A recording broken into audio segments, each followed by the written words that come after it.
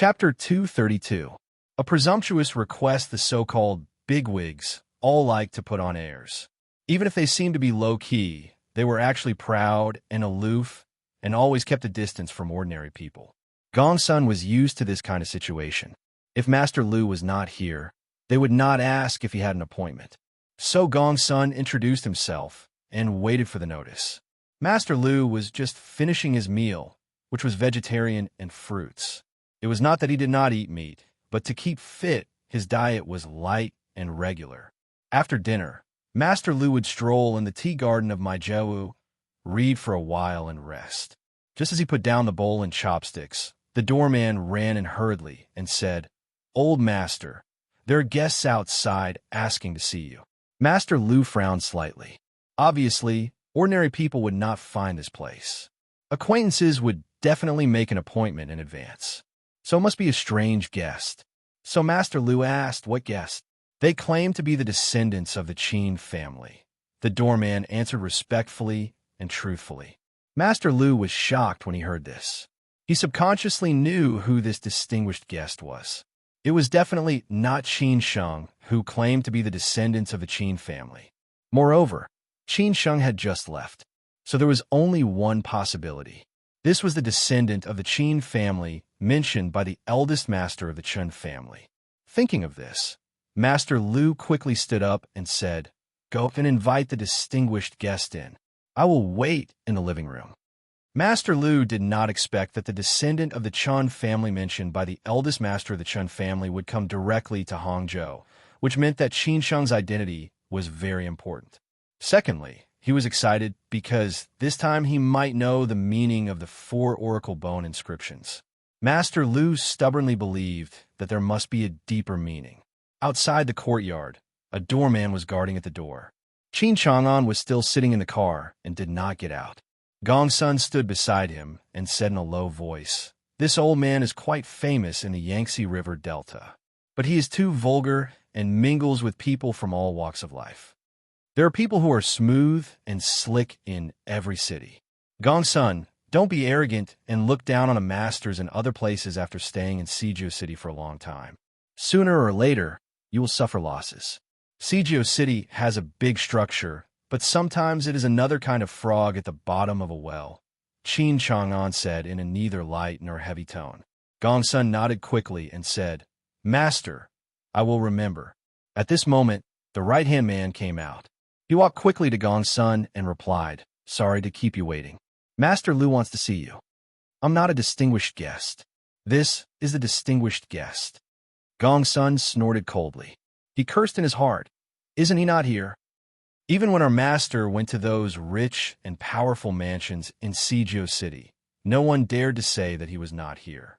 You, a small old man from Hangzhou, dare to put on airs. After he finished speaking, Gongsun hurriedly opened the car door.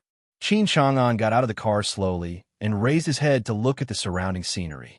The grass and trees were all green, and there were tea mountains everywhere. It was no wonder that Hangzhou, which was half a mountain and half a lake, was liked by so many people. Under the guidance of the doorman, Qin Chang'an and Gongsun walked through a long corridor and a small path. In the end, they arrived at the entrance of the main hall of the residence.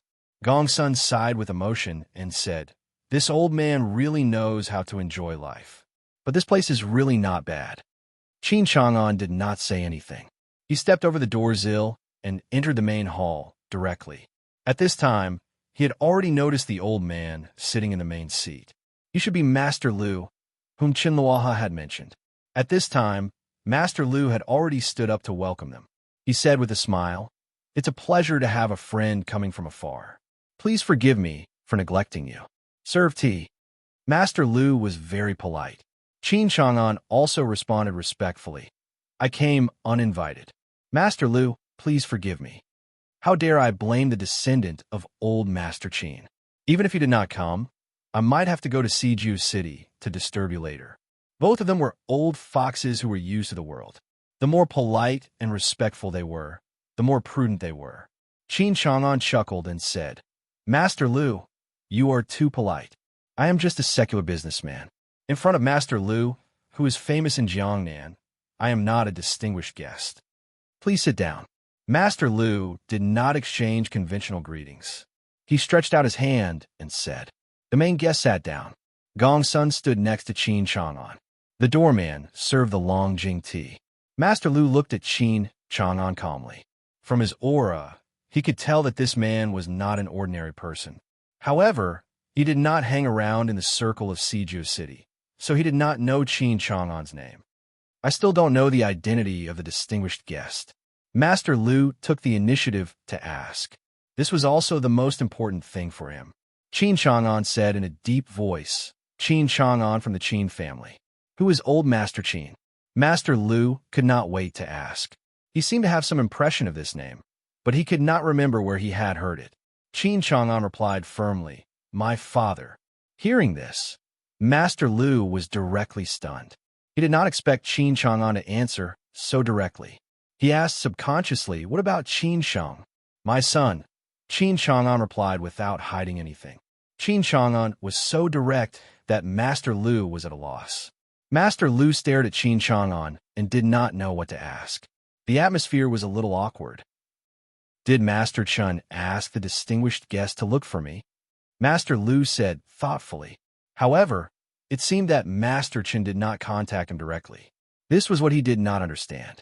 Qin Chang'an chuckled and said, Yes and no. Chen Luo did look for me, but it was my idea to come to see Master Lu. Master Lu frowned. Master Chen had a lot of power in Siju City. This man dared to call Chen Luo directly. It seemed that his status was higher than Master Chen's. Moreover, he could directly visit him. Qin Chang'an said slowly, Master Lu, do you have a lot of doubts? Yes, indeed. Master Lu nodded and admitted. Qin Chang'an continued. Master Lu, please dismiss your attendance. I will talk to you in detail. At the same time, I have a presumptuous request. I hope you could do me a favor. Master Lu naturally did not feel threatened by Qin Chang'an, so he directly waved his hand and asked the doorman to leave. In an instant, there were only the three of them in the main hall. Master Lu then asked, If you say that old Master Qin is your father, I can understand. But I feel a little strange that Qin Sheng is your son. Although I have not known Qin Sheng for a long time, I have heard about him from him. He said that he was an orphan since he was a child. He depended on his grandfather since he was a child. He never knew other relatives other than his grandfather, let alone who his parents were. Facing Master Lu's question, Qin Chang'an explained slowly, There are many things that you don't need to know. It involves a lot of grievances from many years ago. Master Lu only needs to know that old master took Qin Sheng away more than 20 years ago. It was not until last year that I found Qin Sheng. However, I did not reconcile with him, but I know everything about him now. Then why don't you reconcile with Qin Sheng? Master Lu asked in confusion. Qin Chang'an smiled happily and said, This is the Qin family's business. Master Lu, you don't need to worry. Qin Sheng is my son. I value him more than anyone else. If Chen Luo did not find me and told me that Master Lu had information about the descendants of the Qin family, I would have thought that no one knew this secret. My identity is a little special, so I don't want others to know about Qin Sheng's family background. He needs to walk his own path slowly. Well, I can understand, Master Lu said thoughtfully. Now he had also confirmed that the man in front of him was Qin Sheng's father, the son of old Master Qin. Secondly, he said that his identity was a little special. Qin Chang'an continued, So, my presumptuous request is that I hope you can help me hide this news. You can't tell anyone, including Chen Luo and, of course, Qin Sheng. After hearing that, Master Lu was lost in thought. This presumptuous request put him in a difficult position. Originally, I just wanted to help Qin Sheng find old Master Chen and let him figure out his family background. Now that the truth has been revealed, I naturally don't need to contact Chen Luo anymore, Master Lu said slowly. Then he said, But as for Qin Sheng, after all, I promised him. Qin Chang'an continued, I need time to reconcile with Qin Sheng, so I only hope that you can hide it as long as you can. When the time is right, I will inform you and you will tell him the truth. What do you think, Master Lu?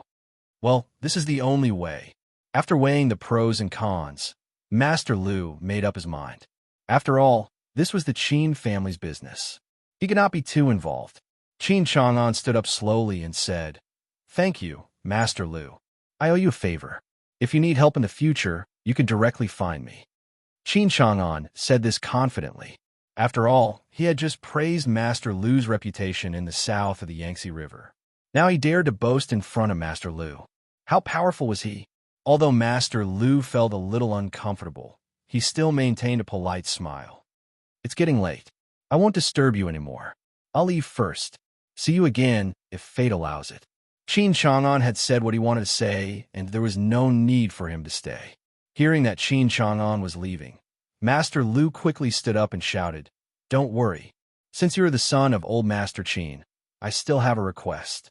This is also something that I have wanted to know for many years. I don't want him to regret it." Qin Chang'an said playfully, "I know what you want to ask. Many people have asked me.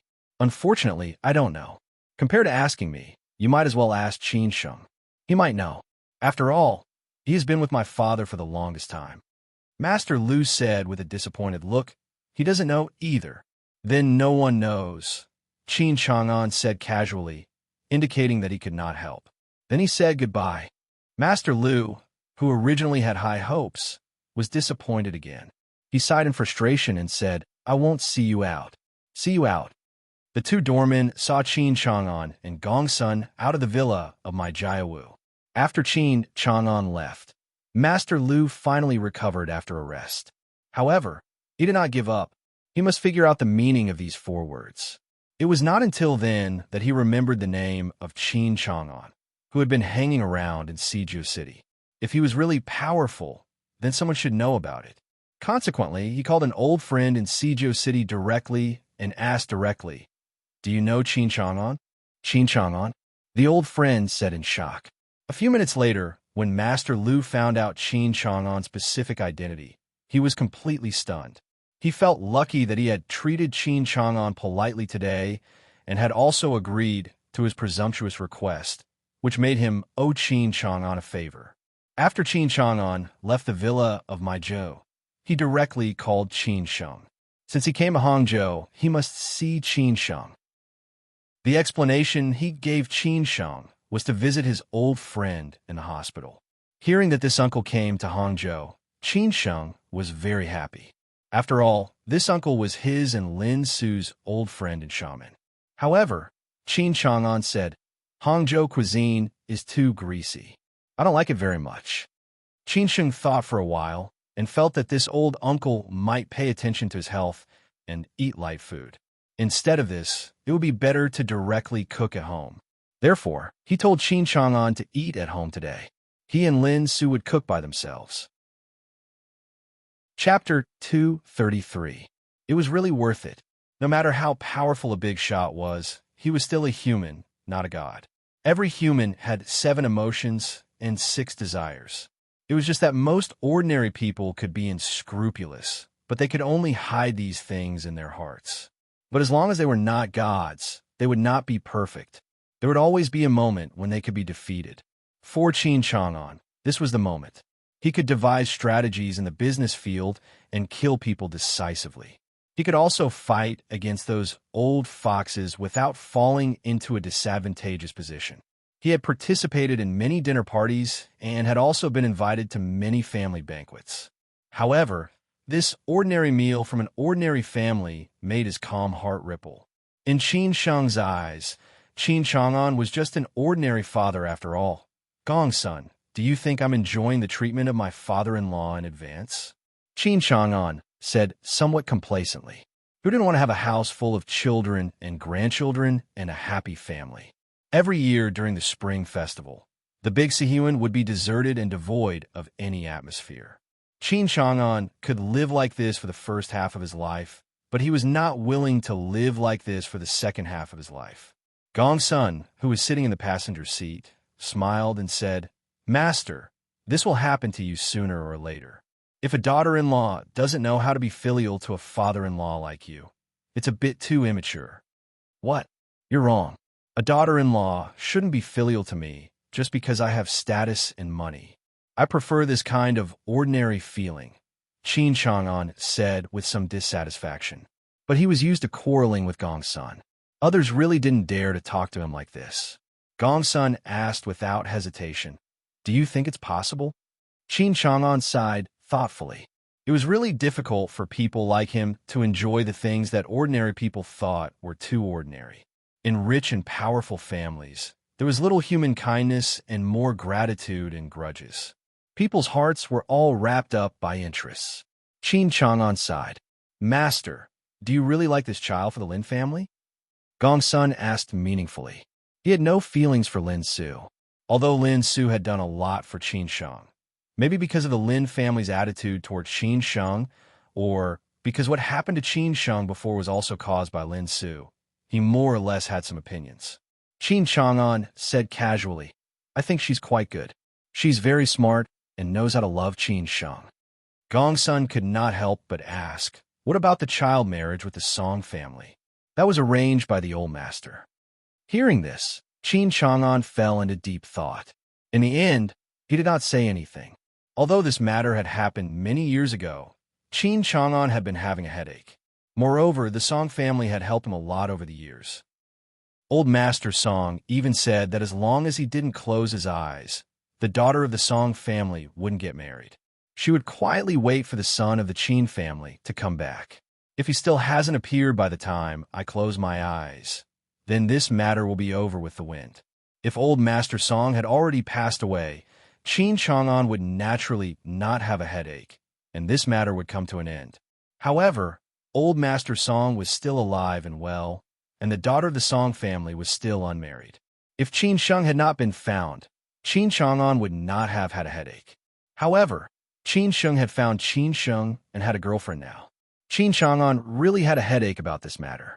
It would definitely be a troublesome thing in the future. This was also one of the reasons why Qin Chang'an had to hide the news of Qin Sheng's return. Qin Chang'an rested for half a day in the hotel and felt that it was almost time to set off. He was going to have a home-style meal with his son and daughter-in-law. If he did not drink, it would be a bit unreasonable.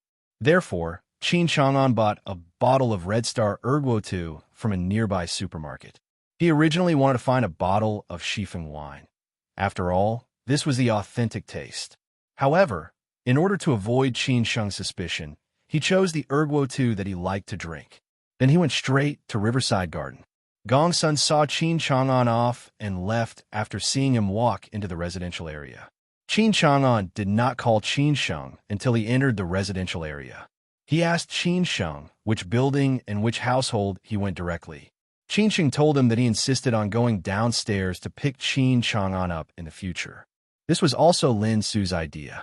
Today, when he received Qin Chang'an's call, Qin Sheng was very excited and happy. Indeed, he got along very well with Qin Chang'an and had a feeling that he regretted not meeting him earlier. He could feel that this uncle was not simple. The way he talked and behaved was quite shrewd and ruthless. He was not an ordinary middle-aged man who had not experienced ups and downs at all. Therefore, when they were in Xiamen, as long as Qin Chang'an appeared, Qin Sheng would keep chatting with him. When they left Xiamen, Qin Sheng made a special call to inform Qin Chang'an, asking him to come to Hangzhou to meet again when he was free in the future. Unexpectedly, this uncle really came. After hanging up the phone, Qin Sheng told Lin Su about it. Lin Su was also quite happy. The two of them made an appointment to go to the vegetable market directly after work to buy vegetables. After that, they would go home to cook. At this time, their dinner was almost ready. The last dish of soup had not been served yet. This should be the second time that Qin Sheng and Lin Su cooked for each other after they returned to Hangzhou. This time, they went to the kind of vegetable market that was bustling with people instead of going to the supermarket to buy vegetables. Qin Sheng saw another side of Lin Su. She, who was dressed differently in the vegetable market, was able to bargain with the bosses. Qin Sheng could not help but laugh. Seeing Qin Sheng laughing, Lin Su pouted coquettishly and said, "This is the original way to live. Do you think I've embarrassed you?" Qin Sheng replied in a hurry, "I don't think you've embarrassed me. I just feel that what I, Qin Sheng, have done to make a financial genius who used to deal with tens of millions of funds every day, haggle over a few yuan and a few cents now. If your pursuers know about this, I will be beaten to death." When the middle-aged woman, who was selling vegetables at the side, saw this young couple bickering. She smiled happily. Who would not be envious of them? As soon as Qin Sheng got out of the elevator, he saw Qin Chang'an carrying a red star ergatu. This uncle was always so well-dressed. He did not look like a little old man who was almost 60 years old, but more like a successful middle-aged man in his early 40s. Uncle, why didn't you call me in advance? I could have picked you up at the door. Qin Sheng quickly opened the door and said with a smile. Qin Chang'an said happily, "We are so familiar with each other. Do you need to be so polite? Aren't you an elder? I have to be polite. Next time you come to Hangzhou, I will go to the airport to pick you up," Qin Sheng said with a smile. This made Qin Chang'an feel very comfortable. He smiled and said, "I won't talk nonsense with you. You invited me to your house for dinner. Is it not ready yet? I'm already a little hungry. Don't worry. My cooking is not as good as the chef's, but the taste and appearance are similar. I'm just waiting for you to start eating." Qin Sheng pressed the elevator button and turned around. Qin Chang'an chuckled and said, "Okay, then I will taste your cooking today. If it is not delicious, don't blame me for scolding you." After Qin Sheng led Qin Chang'an into the house, Lin Su was busy in the kitchen. Qin Sheng shouted happily, "Is the soup ready?"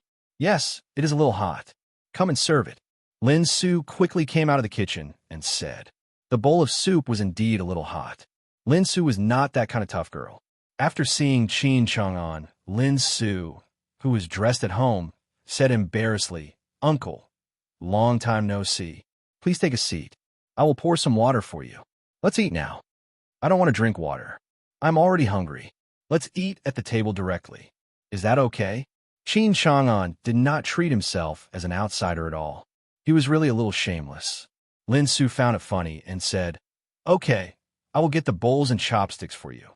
After Qin Sheng served the soup, the table of sumptuous dinner was finally ready. It smelled and looked good. They were all light dishes. There was only one spicy dish, the sour and spicy diced lotus root.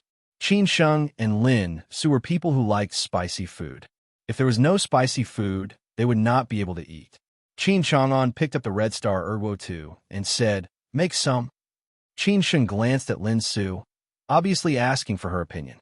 Lin Su glared at Qin Sheng, which was obviously saying, "Why didn't you ask for my opinion when you drank in the past? You're acting so hypocritically today. How can I not let you drink?" Qin Chang'an did not know whether to laugh or cry. After Qin Sheng got permission, he said happily, "Then let's do it." Lin Su went to take the wine glass sensibly. However, Qin Chang'an said in a domineering manner, "Lin Su, make the glass a little bigger. I don't want those small wine glasses." If Gong Sun was beside him, he would definitely mutter, "You really don't treat yourself as an outsider. You really treat Lin Su as your daughter-in-law and order her around." Lin Su took one of the bigger wine glasses. She really didn't have one of those at home, so she only had a beer glass and a red wine glass left. "Uncle, is this okay?" Lin Su asked after taking out the cup. Qin Chang'an was very satisfied as he said, "That's enough." Qin Sheng poured the wine for Qin Chang'an and him. Qin Sheng looked at Lin Su and asked, "Wife, do you want a drink?" Qin Sheng called her wife, which made Lin Su feel a little embarrassed. After all, there were outsiders present. Qin Chang'an was also quite surprised and despised this guy in his heart. He was really popular with women. Lin Su hesitated for a moment and decided, "Just one glass." Qin Sheng nodded and replied, "Just one glass." Lin Su's casual decision made Qin Chang'an feel a lot better. To be honest, he really had no dissatisfaction with Lin Su. Such a woman was very suitable for the atmosphere of the Qin family and was also suitable to be a good wife to Qin Sheng. Even if Qin Sheng was a useless person, she could also support the Qin family. Lin Su and Qin Sheng raised their glasses together and said, "Uncle, welcome to Hangzhou." Qin Chang'an raised his glass with a complicated look in his eyes. This should be the first time in his life that he drank with his son.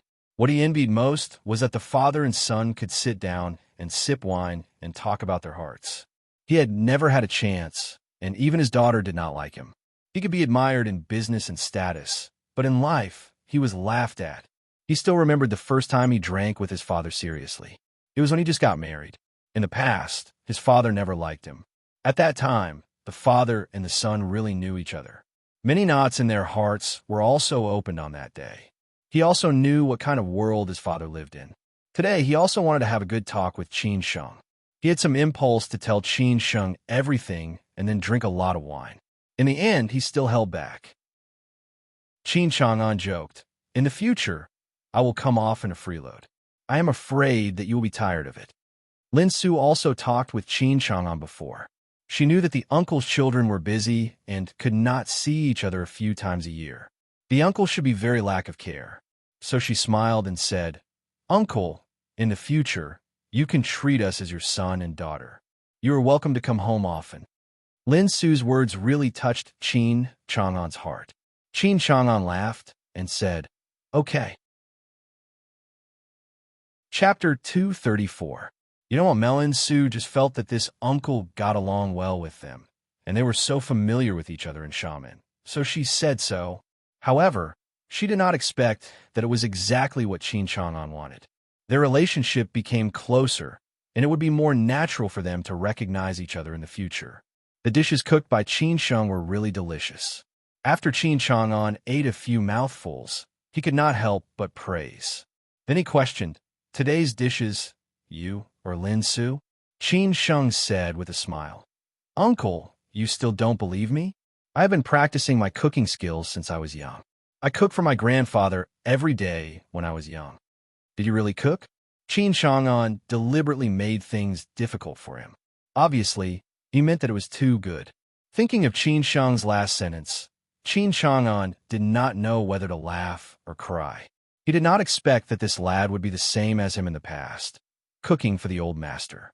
After all, his mother passed away earlier. Lin Su hurriedly explained with a smile, "Uncle, these are all cooked by Qin Sheng. I am just an assistant, but I can also cook now. These are all taught by Qin Sheng. You two are so loving. I don't know when I can eat your wedding candies," Qin Chang'an said with a smile. Qin Sheng laughed and said, "Uncle, don't worry. When we get married, we will definitely inform you." "Who wants to marry you?" Lin Su said coquettishly. She was somewhat embarrassed, and her face turned red. Qin Sheng said very domineeringly, "In this life, I will depend on you. Just accept your fate." Qin Chang'an listened to the young couple quarreling and showing off their affection. He thought about it and said, "If you have time in the future, you can go to Beijing for a walk. I will treat you well." Qin Sheng said firmly, "Uncle, don't worry. I will definitely go to Beijing. I can't guarantee that I will go there soon. I will go to see you at that time." The other meaning of this sentence was that as long as there was news from Master Lu, he would definitely go to Beijing to meet the so-called descendant of the Qin family and figure out his background. Okay. I will wait for you. Come on, let's drink," Qin Chang'an said with a wine glass. He also knew what Qin Sheng meant. Unfortunately, Qin Sheng did not know that he had cut off the relationship between Master Lu and him. It was a heartwarming meal. Qin Sheng and Lin Su accompanied Qin Chang'an, talking and laughing. Qin Chang'an had completely let go of his imposing manner in the past. He was just an ordinary old man, drinking wine, eating the food made by his son and daughter-in-law, and chatting about family trifles. At about 8:30 p.m., they finished a bottle of Red Star Ergo 2. Qin Sheng asked Lin Su to accompany Qin Chang'an to drink tea in the living room and took the initiative to clean up the mess, which made Lin Su quite moved. At least during this period of time, after Qin Sheng recovered from his injury, he took the initiative to do all the housework, be it cooking, washing clothes, or doing. He did not let Lin Su do it at all. He said that his wife was meant to be doted on. How could he let her get tired? Lin Su did not say it, but she felt warm in her heart. Qin Chang'an had nothing to do, so he started to chat with Lin Su. He chuckled and said, "Lin Su, where are you from?" "From Ningbo," Lin Su replied. Qin Chang'an smiled deliberately and said, "Oh, it turns out that you are from Zhujiang. Ningbo is not far from Hangzhou. Did you bring Qin Sheng back? Are your parents satisfied with him?" Speaking of this, Lin Su did not look good. She sighed and said, "Well, we went back, but my family thinks that we are not suitable for each other. Why not? Qin Chang'an asked. Lin Su explained. They think that our families are not suitable, so they refuse to see Qin Sheng. Qin Chang'an said casually, It seems that your family is not an ordinary family. However, I can understand this kind of thing. As parents, they will naturally think so. However, sometimes you need to have a long-term vision. You can give Qin Sheng a chance to try. Some men are potential stocks. If you don't choose them now, you will regret it in the future. Lin Su shook her head and said, I don't get along well with my family. My marriage and love should be chosen by me. I believe that Qin Sheng can give me the life I want, so I don't care about anyone's opinion. Qin Chang'an was quite satisfied and said, Qin Sheng is really lucky to meet you. He did not have a good impression of the Lin family, who looked down on others. He really wanted to see the Lin family's regretful face in the future. After talking about these, Qin Chang'an and Lin Su talked about work.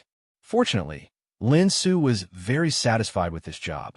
Originally, she had planned to do this in the future, but she did not expect that she would do it in advance. When Qin Sheng finished packing and came out, it was already very late.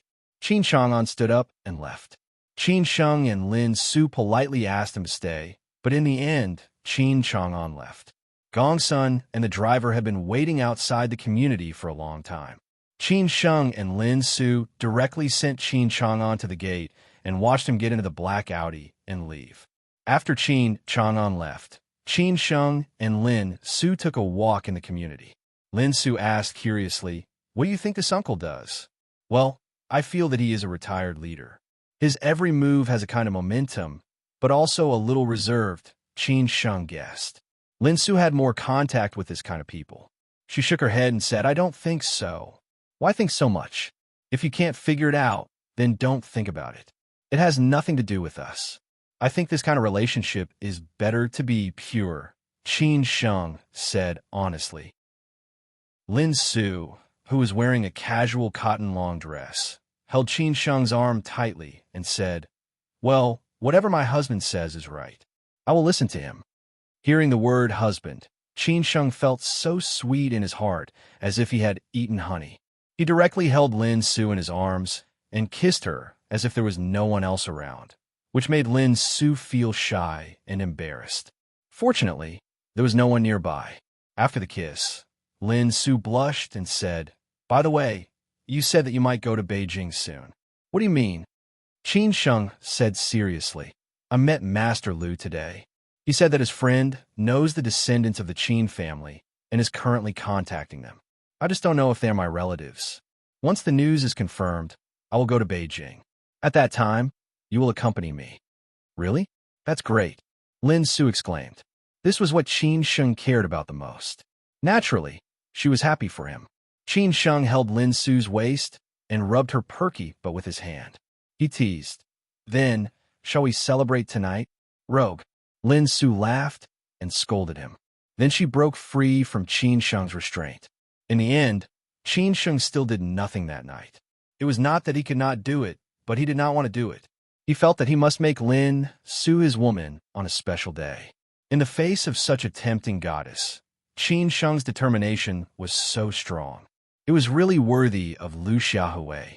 After waiting for 4 days, Qin Sheng finally received Ms. N's call. She finally nodded and agreed. They agreed to go to Hangzhou within a week to start working. Qin Sheng had already asked the company's administrative department to make all the necessary preparations, especially the place where they lived in Hangzhou, which was a very good apartment. After settling Ms. N, Qin Sheng finally let out a long sigh of relief. In this way, he could completely let go of the management of the subsidiary company. Tomorrow, Yu Fengji and Liu Yuan could come to Hangzhou to work first and start to familiarize themselves with the environment and take over the work. Therefore, Qin Sheng finally called Hao Lei and Han Bing, so that Hao Lei could come to Hangzhou to help as soon as possible. After all, Qin Sheng was currently most in need of manpower. Since the last time they parted in Hangzhou, Han Bing had not contacted Qin Sheng again. Obviously, she was full of resentment towards Qin Sheng. Qin Sheng clearly knew that she liked him, but in the end, he still chose Lin Su, who he met later. This made Han Bing full of frustration. Moreover, women always like to compare. She did not understand why, so she did not contact Qin Sheng during this period. Qin Sheng had been busy and had no time to care about her. Therefore, when Qin Sheng dialed Han Bing's number, Han Bing, who was just lying on the bed and preparing to rest, snorted. Yo, who is this? You actually thought of me. Did the sun rise from the west? Did you quarrel with your girlfriend? How can there be sun at this time? Did you go abroad? Qin Sheng deliberately made a joke. Han Bing was very angry and sat up. Don't talk nonsense with me. If you have something to say, say it. If there is nothing else, I need a rest. Don't disturb my beauty sleep. Han Bing, who was angry, was a bit like the time when Qin Sheng first met her. But now, she would occasionally be like this. It's nothing. I plan to let Hao Lei come to Hangzhou to work. After all, you went to Shanghai with me. It is not a good idea to keep driving for you, Qin Sheng said slowly. Han Bing knew that this day would come sooner or later. But when Qin Sheng personally brought it up, Han Bing was still a little angry and shouted, Qin Sheng, why are you so cruel? Qin Sheng was a little surprised. Han Bing, I didn't mean that. My mother doesn't want me anymore. My father doesn't want me anymore. You don't want me anymore. Now, even Hao Lei wants to be taken away from me. You all don't want me anymore. In the future, I will be the only one left in Shanghai. Why do you do this? Han Bing cried with red eyes. Originally, she had a lot of resentment towards Qin Sheng. Now, she completely exploded. Qin Sheng said very helplessly, Han Bing, what do you mean by we don't want you anymore? We are all friends. Shanghai is so close to Hangzhou. You can come often in the future. I don't want to hear it. I don't want to hear it. Han Bing shouted willfully and directly hung up the phone. Qin Sheng listened to the busy tone on the phone and sighed helplessly. He did not expect that Han Bing would be so against it. This made him a little bit speechless. After thinking about it, Qin Sheng could not go to Shanghai directly. He could only call Hao Lei first and listen to Hao Lei's opinion. Hao Lei was still living in Shilin Huayuan. Chang Baji and Qin Sheng were not there. Only Hao Lei lived here. This guy was clean and self-disciplined. He had never brought a woman back. When Qin Sheng called, Hao Lei had just finished taking a shower and was watching an old movie. Watching old movies was Hao Lei's only hobby. He could watch many old movies more than 10 times and not get tired of it. When Qin Sheng finished saying what he wanted to say, Hao Lei fell into silence. Qin Sheng said in a low voice, What do you mean? Are you willing to come to Hangzhou? Hao Lei frowned slightly and said, I don't have any opinion. But how should I explain to Han Bing? He was naturally not willing to be someone else's driver for the rest of his life. When Qin Sheng brought him to Shanghai, he did not make such a promise. Later, Qin Sheng went to Shangshan Ruoshui and took Chang Baji with him. Hao Lei did not have any opinion. He knew that Qin Sheng would let him go there sooner or later. It was just that what happened later made him sigh. However, after all, he had been with Han Bing for such a long time, longer than anyone else. Just now, when he heard Qin Sheng talk about Han Bing's attitude, Hao Lei also could not bear it. Moreover, he had a lot of opinions about Qin Sheng's relationship. Qin Sheng had already thought of a solution. He said bluntly, You talk to her tomorrow. If it really doesn't work, I will think of another way. Chapter 235. Did you just give up like this? Looking for monthly votes and favorites. Say it again. The new group number is 228106218. You are welcome to disturb me. The weekend came again. For most office workers, the weekend was the most comfortable time. They could enjoy themselves after work on Friday. However, people like Qin Sheng would not have a holiday on the weekend. After all, the nightclub business was the best on the weekend. On Friday night, Qin Sheng went to Poly International. Compared with the previous 2 times, this time everyone knew that he was the new boss of Poly International. After all, Qin Sheng had held a meeting for all of them.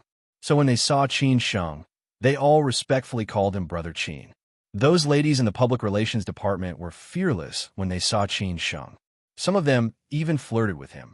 Qin Sheng was used to it. Yang Guorong, the person in charge of the security department, had left with Qian Buping. Currently, Chang Baji's marshal nephew, Gu Xiaobo, was in charge of the security department. Gu Xiaobo was 28 years old this year. After graduating from high school, he followed his master to practice martial arts. This time, he followed his martial uncle and was ambitious. So when he entered Poly International, he followed Chang Baji's instructions to familiarize himself with all the security monitoring loopholes. Then he trained all the security guards, eliminated all the unqualified ones, and recruited new ones. He was very busy recently. Brother Qin, you are here, Gu Xiaobo said politely. Compared with Gu Qingyang, who was somewhat dull, Gu Xiaobo was more tactful. For example, he had been familiar with everyone in Poly International not long after he entered Poly International. But what made Chang Baji dislike was that he was too close to those ladies in the public relations department, which was not a good thing. Although he was already the deputy general manager of Yuanda Holdings, Qin Sheng was still the same as when he had just entered Yuanda. He still drove that half-new Accord. After all, he had no time to care about these trivial things. Qin Sheng smiled and asked, "Where is Lao Chong?" "Martial uncle is in his office." "I will take you there," Gu Xiaobo replied. He knew the relationship between Qin Sheng and martial uncle, and he also knew that Qin Sheng was the real boss, so he deliberately made friends with him. Qin Sheng knew that Gu Xiaobo was good at martial arts. That day, it was him who dealt with Qian Buping alone. But he still liked calm, young people like Gu Qingyang. He always felt that Gu Xiaobo was too impetuous. Qin Sheng replied casually, "That's not necessary. You go ahead with your work. I'll go there by myself. Pay more attention these days. If anything goes wrong, just tell Lao Chong. After this buffer period, things will be easier." "Brother Qin, don't worry. I know what to do," Gu Xiaobo said confidently.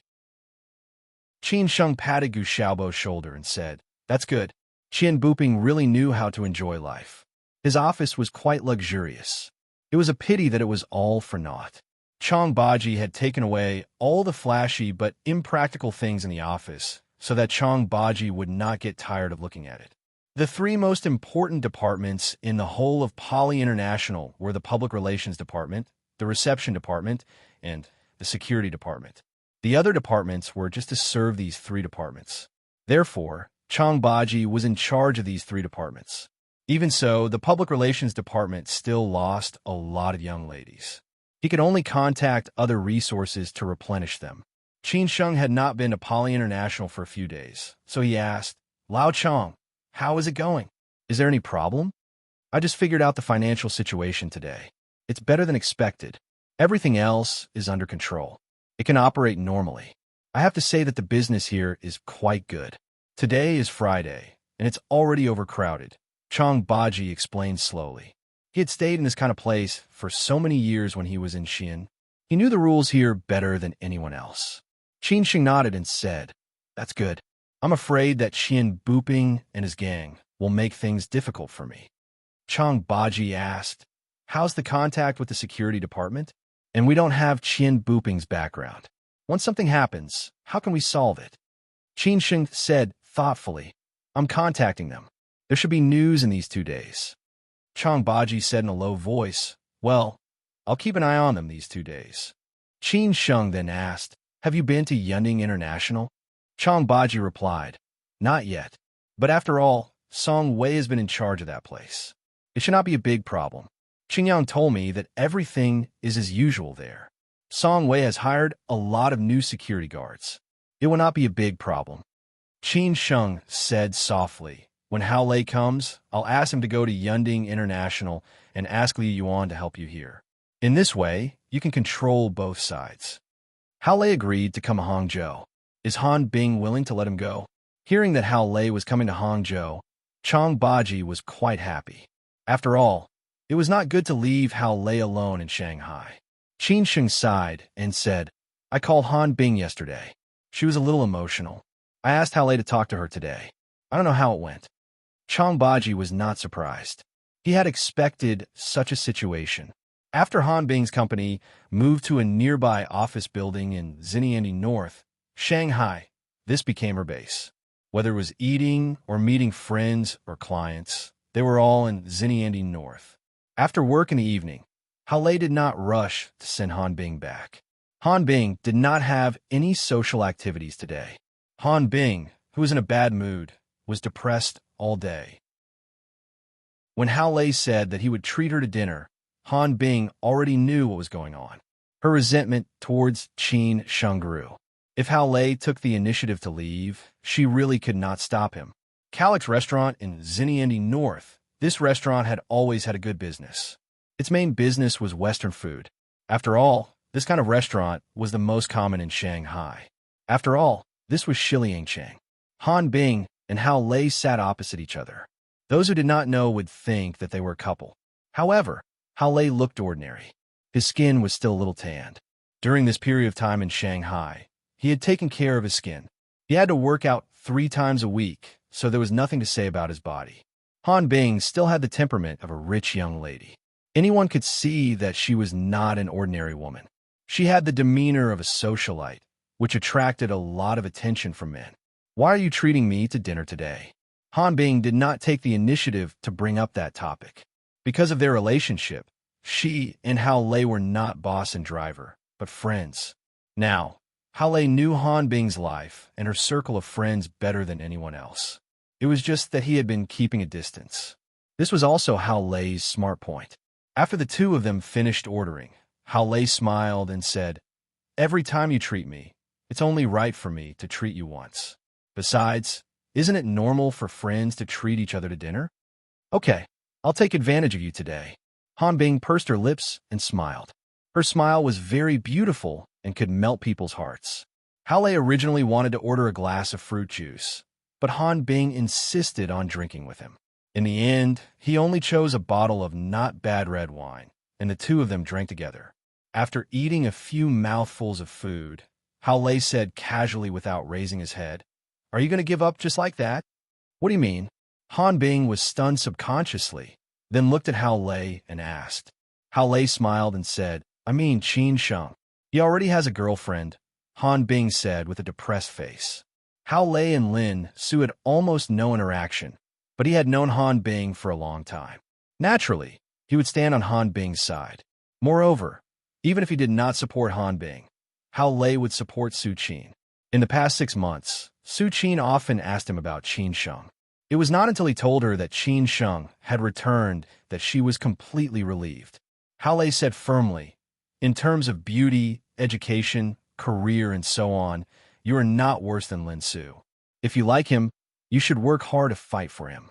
Life is so short. If you miss it, there will be regrets. You will not let go of him in a short time, so you will not consider others. Since this is the case, then work hard. What is there to be afraid of? It is not a big deal. Lose, get hurt, admit it. In the end, you'll have a clear conscience and no regrets." Han Bing was stunned by Hao Lei's words and did not know how to answer for a moment. She did not feel confident in front of Lin Su, so when she knew that Lin Su and Qin Sheng were completely together, she somewhat flinched. "But he is in Hangzhou, and I am in Shanghai," Han Bing said hesitantly. Hao Lei suggested, "The matter of Guoping Group is over. As a shareholder, you have nothing to do except attend meetings. You can run the design company independently and set up a branch in Hangzhou at the same time. In this way, you will not delay anything." "You mean you wanted to go to Hangzhou?"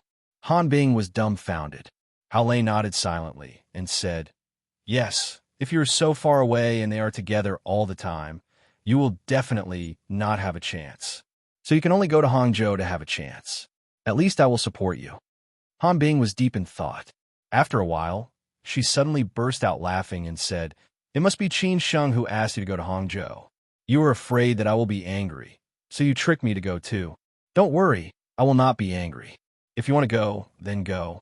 Hao Lei was speechless. He did not expect Han Bing to contradict him. So he made up his mind and said, "I did not mean that. To put it bluntly, Qin Sheng and I are brothers. I followed him to Shanghai. Even if you do not agree, I will go to Hangzhou if he asks me to. What I said is for your own good. I do not want to see you staring at his photo all the time. Why do you have to torture yourself? Life should be more direct, especially when it comes to relationships. If you do not make a decision, you will be troubled." After Han Bing heard this, she was more or less sad, but she could understand what Hao Lei said. After a long time, Han Bing sighed and said, "When will you go to Hangzhou?" She had already accepted this fact. Hao Lei frowned and said, "Within 3 days. I will consider what you said," Han Bing said with a complicated look. She was afraid that she would give up everything and go to Hangzhou, but in the end, she would fail completely. After dinner, Han Bing and Hao Lei did not stay. They called a designated driver to send Han Bing back. After returning to Shilin Huayuan, Hao Lei called Qin Sheng and said that Han Bing had agreed to go to Hangzhou with him. They would meet in Hangzhou 3 days later. Qin Sheng was overjoyed. As for how he asked Hao Lei how he persuaded Han Bing, Hao Lei casually brushed it off. Chapter 236. About to start the city of Shanghai was particularly realistic. If you wanted to gain a foothold in this city and be accepted by this city, then you must have sufficient strength and stand at a higher level. Otherwise, you would not be able to integrate into their circle even if you deliberately curried favor with them. However, the Playboy circle in Siju City was different from that in Shanghai. In this city, you could not blend in no matter how hard you tried, unless you had the blessings of your ancestors or your father's generation was in high position. Therefore, the foppish playboys in Siju City were exclusive and had always looked down on those foppish playboys from other places. This naturally included Shanghai, where status was determined by money, because their status was determined by power and background. In this realistic society, everything was just a vassal of power. It was also because of this that Qin Ran brought a few of her best friends to Shanghai. Even though Yin Chaozong and the Yin family status in Shanghai was very high, they did not take it seriously at all. After all, they were not at the same level as Yin Chaozong. After checking in, Qin Ran and Ma Weiyang stayed in the same room, while Zhang De and Fandaji stayed in the room next to them. After putting down their luggage, they went to the executive lounge to chat. "Is everything ready?" Qin Ran chuckled. She could not wait for this good show to start. She had been suppressing her anger for a long time. Zhang De said playfully, "Don't worry, everything has been prepared. I've asked Xiao Su to book a villa on Middle Hengshan Road. We've invited quite a number of people to attend tomorrow night, including Yin Chaozong and young Master Shun, whom he can't get along with. When the time comes, we'll let young Master Shun be the vanguard, then we'll be the finale." Ma Weiyang could not help but remind them, "Don't make any mistakes and embarrass yourself. This time, we must help Ran vent her anger." He even dared to bully the goddess of Siju City. He really doesn't know what's good for him. Zhang De and I designed this. How can there be any accidents? Moreover, the key positions are all our own people. If anyone dares to leak the news, then don't even think about staying in Siju City in the future, Fandaji said confidently. He was a shrewd and scheming person in the system, so naturally, he did things without any mistakes. Moreover, they were in the dark, while Yin Chaozong was in the light. As for how they were going to humiliate Yin Chaozong and help Qin Ran vent her anger, they would find out tomorrow night. There were quite a number of old villas on Huaihai Road and Hengshan Road. Zhang De found a friend to rent an old villa on Hengshan Road that was specially used for parties. He also found an event management company to be in charge. As long as they paid, they did not have to worry about anything else. This friend was also from the circle of Siju City. He was doing business in Shanghai with ease. In the past, he was just a little kid in their circle. Now, he had grown up and become a devil incarnate. Because his family background was indeed good, and he had many friends, the rich playboys of the bund gave him face. That was why Zhang De had asked him for help. Most of the guests were rich playboys from Siju City who hung around in the bund. There were the older generation and the new generation. Coupled with the famous local playboys from the bund, the party looked unusually lively. When Yin Chaozong, the main character, received a call from the playboy named Xiao Su, he readily agreed. After all, Xiao Su said that a few of his good friends had come to Siju City. He wanted to welcome them tonight and asked Yin Chaozong to come over and have some fun when he was free. When Yin Chaozong heard this, he naturally would not decline. No matter how big the circle in Shanghai was, it was still not as big as the one in Siju City. The parents and ancestors of those rich playboys were all big shots with real power. If Yin Chaozong wanted to go further, of course, he would make friends with such people. In the past 6 months, Yin Chaozong's life was basically busy with work. The thing with Lin Su made him lose face.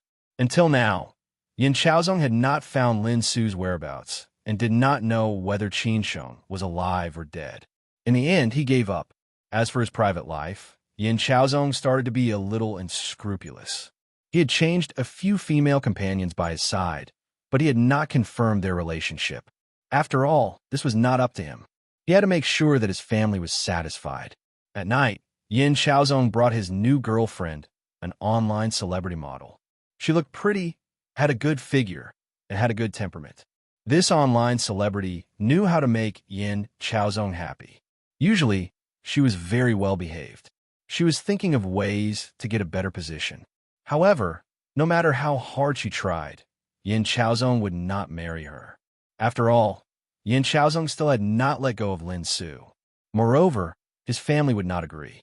In the Bentley Mulsanne, Yin Chaozong, who was dressed more formally, squinted his eyes.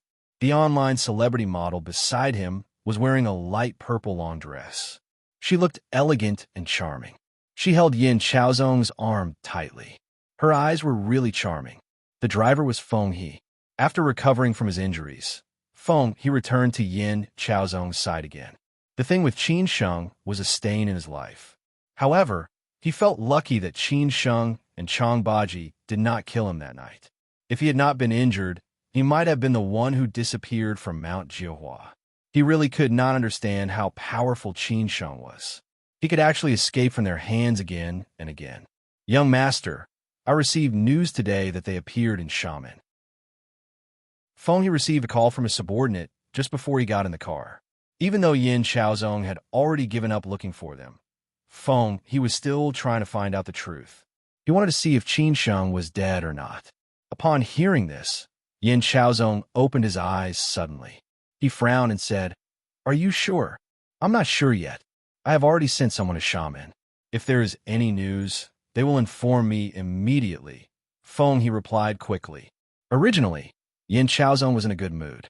However, after hearing this, he felt a little annoyed. When he thought of Qin Sheng and Lin Su living a simple life in a certain city, he felt a little resentful. He had never felt defeated in his life. The only time was with Qin Sheng. Therefore, no matter what, he would take revenge on him. As for Lin Su, since he could not get her, he would make up his mind to destroy her. This time, he would not be soft-hearted. "Honey, who is in Shaman?" The online celebrity model asked coquettishly. Yin Chaozong liked her. At least in bed, he was very satisfied. In addition, she was obedient and sensible, so she could stay by his side all the time. "Just two friends who haven't seen each other for a long time," Yin Chaozong said casually.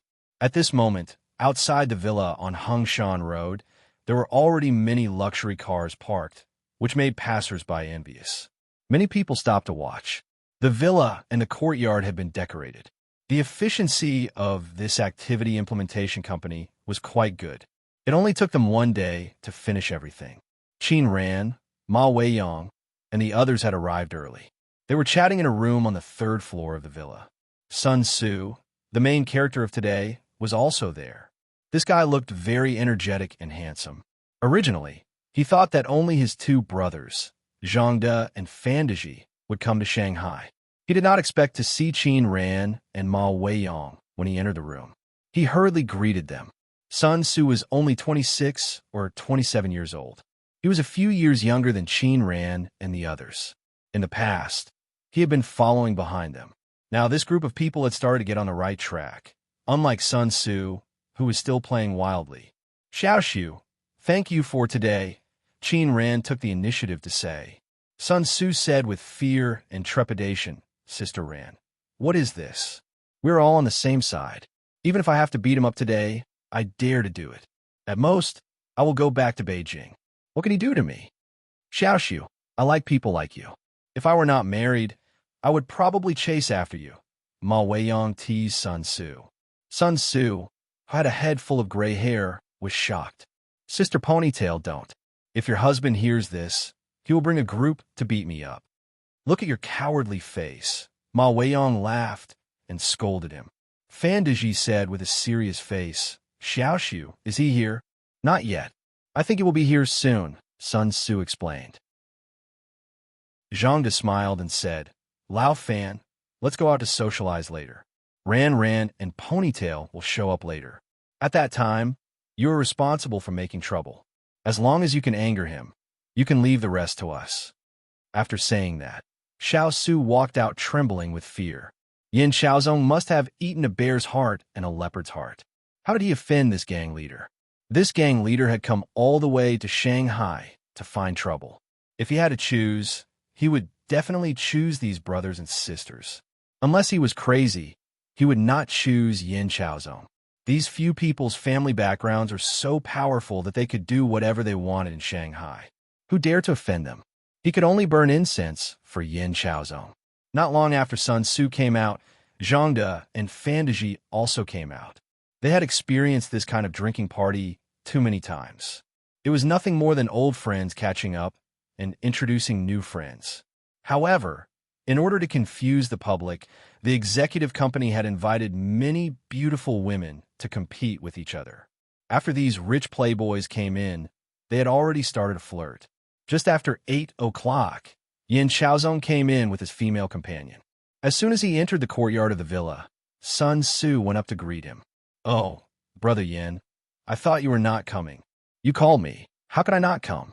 Yin Xiaozong said politely.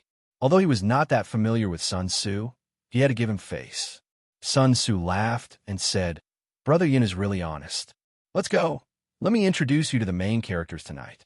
I was their follower when I was young. Yin Xiaozong followed Sun Tzu into the villa happily. On the way, he met many acquaintances. They greeted Yin Xiaozong politely and complimented him. This made his female companion, an internet celebrity model, very happy. She could not enjoy this kind of upper-class life in her daily life. Only Yin Xiaozong could bring her to see the world. The friends he got to know were all influential people. These would become the capital for her to brag in front of her friends in the future. Most women had always been vain, especially those who had not seen the world. Naturally, they enjoyed such a scene. When Yin Xiaozong walked into the villa, Zhang De and Fan Deming had already noticed him. Their faces changed slightly, and they were ready to greet Yin Xiaozong. At the same time, the eldest young master of the Shun family, who was sitting in the corner, was also ready. Someone had personally greeted him and asked him to humiliate Yin Xiaozong. How could the eldest young master of the Shun family miss such an opportunity? He did not dare to offend that big shot, but Yin Xiaozong had. Chapter 237. It's Your Turn. Yin Xiaozong was the only protagonist, but in order to make the scene exciting enough, there were several supporting roles, and each of them was not a simple character. Those who were present tonight were all characters with extraordinary backgrounds. Some of them were playboys from Siju City in Shanghai, and some of them were local bullies in Shanghai. Both sides seemed to have a harmonious relationship, and everyone was drinking and chatting with each other. In fact, it was obvious that the circle was different. The playboys from Siju City gathered in groups of 2s and 3s, while the local bullies in Shanghai walked together. Usually, it was the local bullies in Shanghai who took the initiative to join the playboy circle from Siju City. It was obvious who was superior and who was inferior. Zhang De and Fantaji did not have the deepest background among them, but they were considered half the protagonists tonight. It was because of their arrival that the scene could be put together. Therefore, at this moment, Fantaji and Zhang De were chatting with a few friends who were about their age. After Sun Tzu walked over with Yin Xiaozong and his female companion, he greeted them, Brother De, Brother Ming, let me introduce a friend to you. Zhang De and Fantaji looked at Sun Tzu and Yin Xiaozong with playful eyes. Zhang De said happily, Xiaoshu, you have a lot of friends. It seems that you're doing well in Shanghai. No wonder you are reluctant to go back to Beijing. The friend next to him also echoed, Lao Zhang, you don't know this, Xiaoshu is a social flower in Shanghai. He can be seen everywhere. This guy is very popular, and his character is very different from his brother's. Brother Chun, don't mock me. I'm not as popular as you said, Sun Tzu said with a smile. Another friend laughed.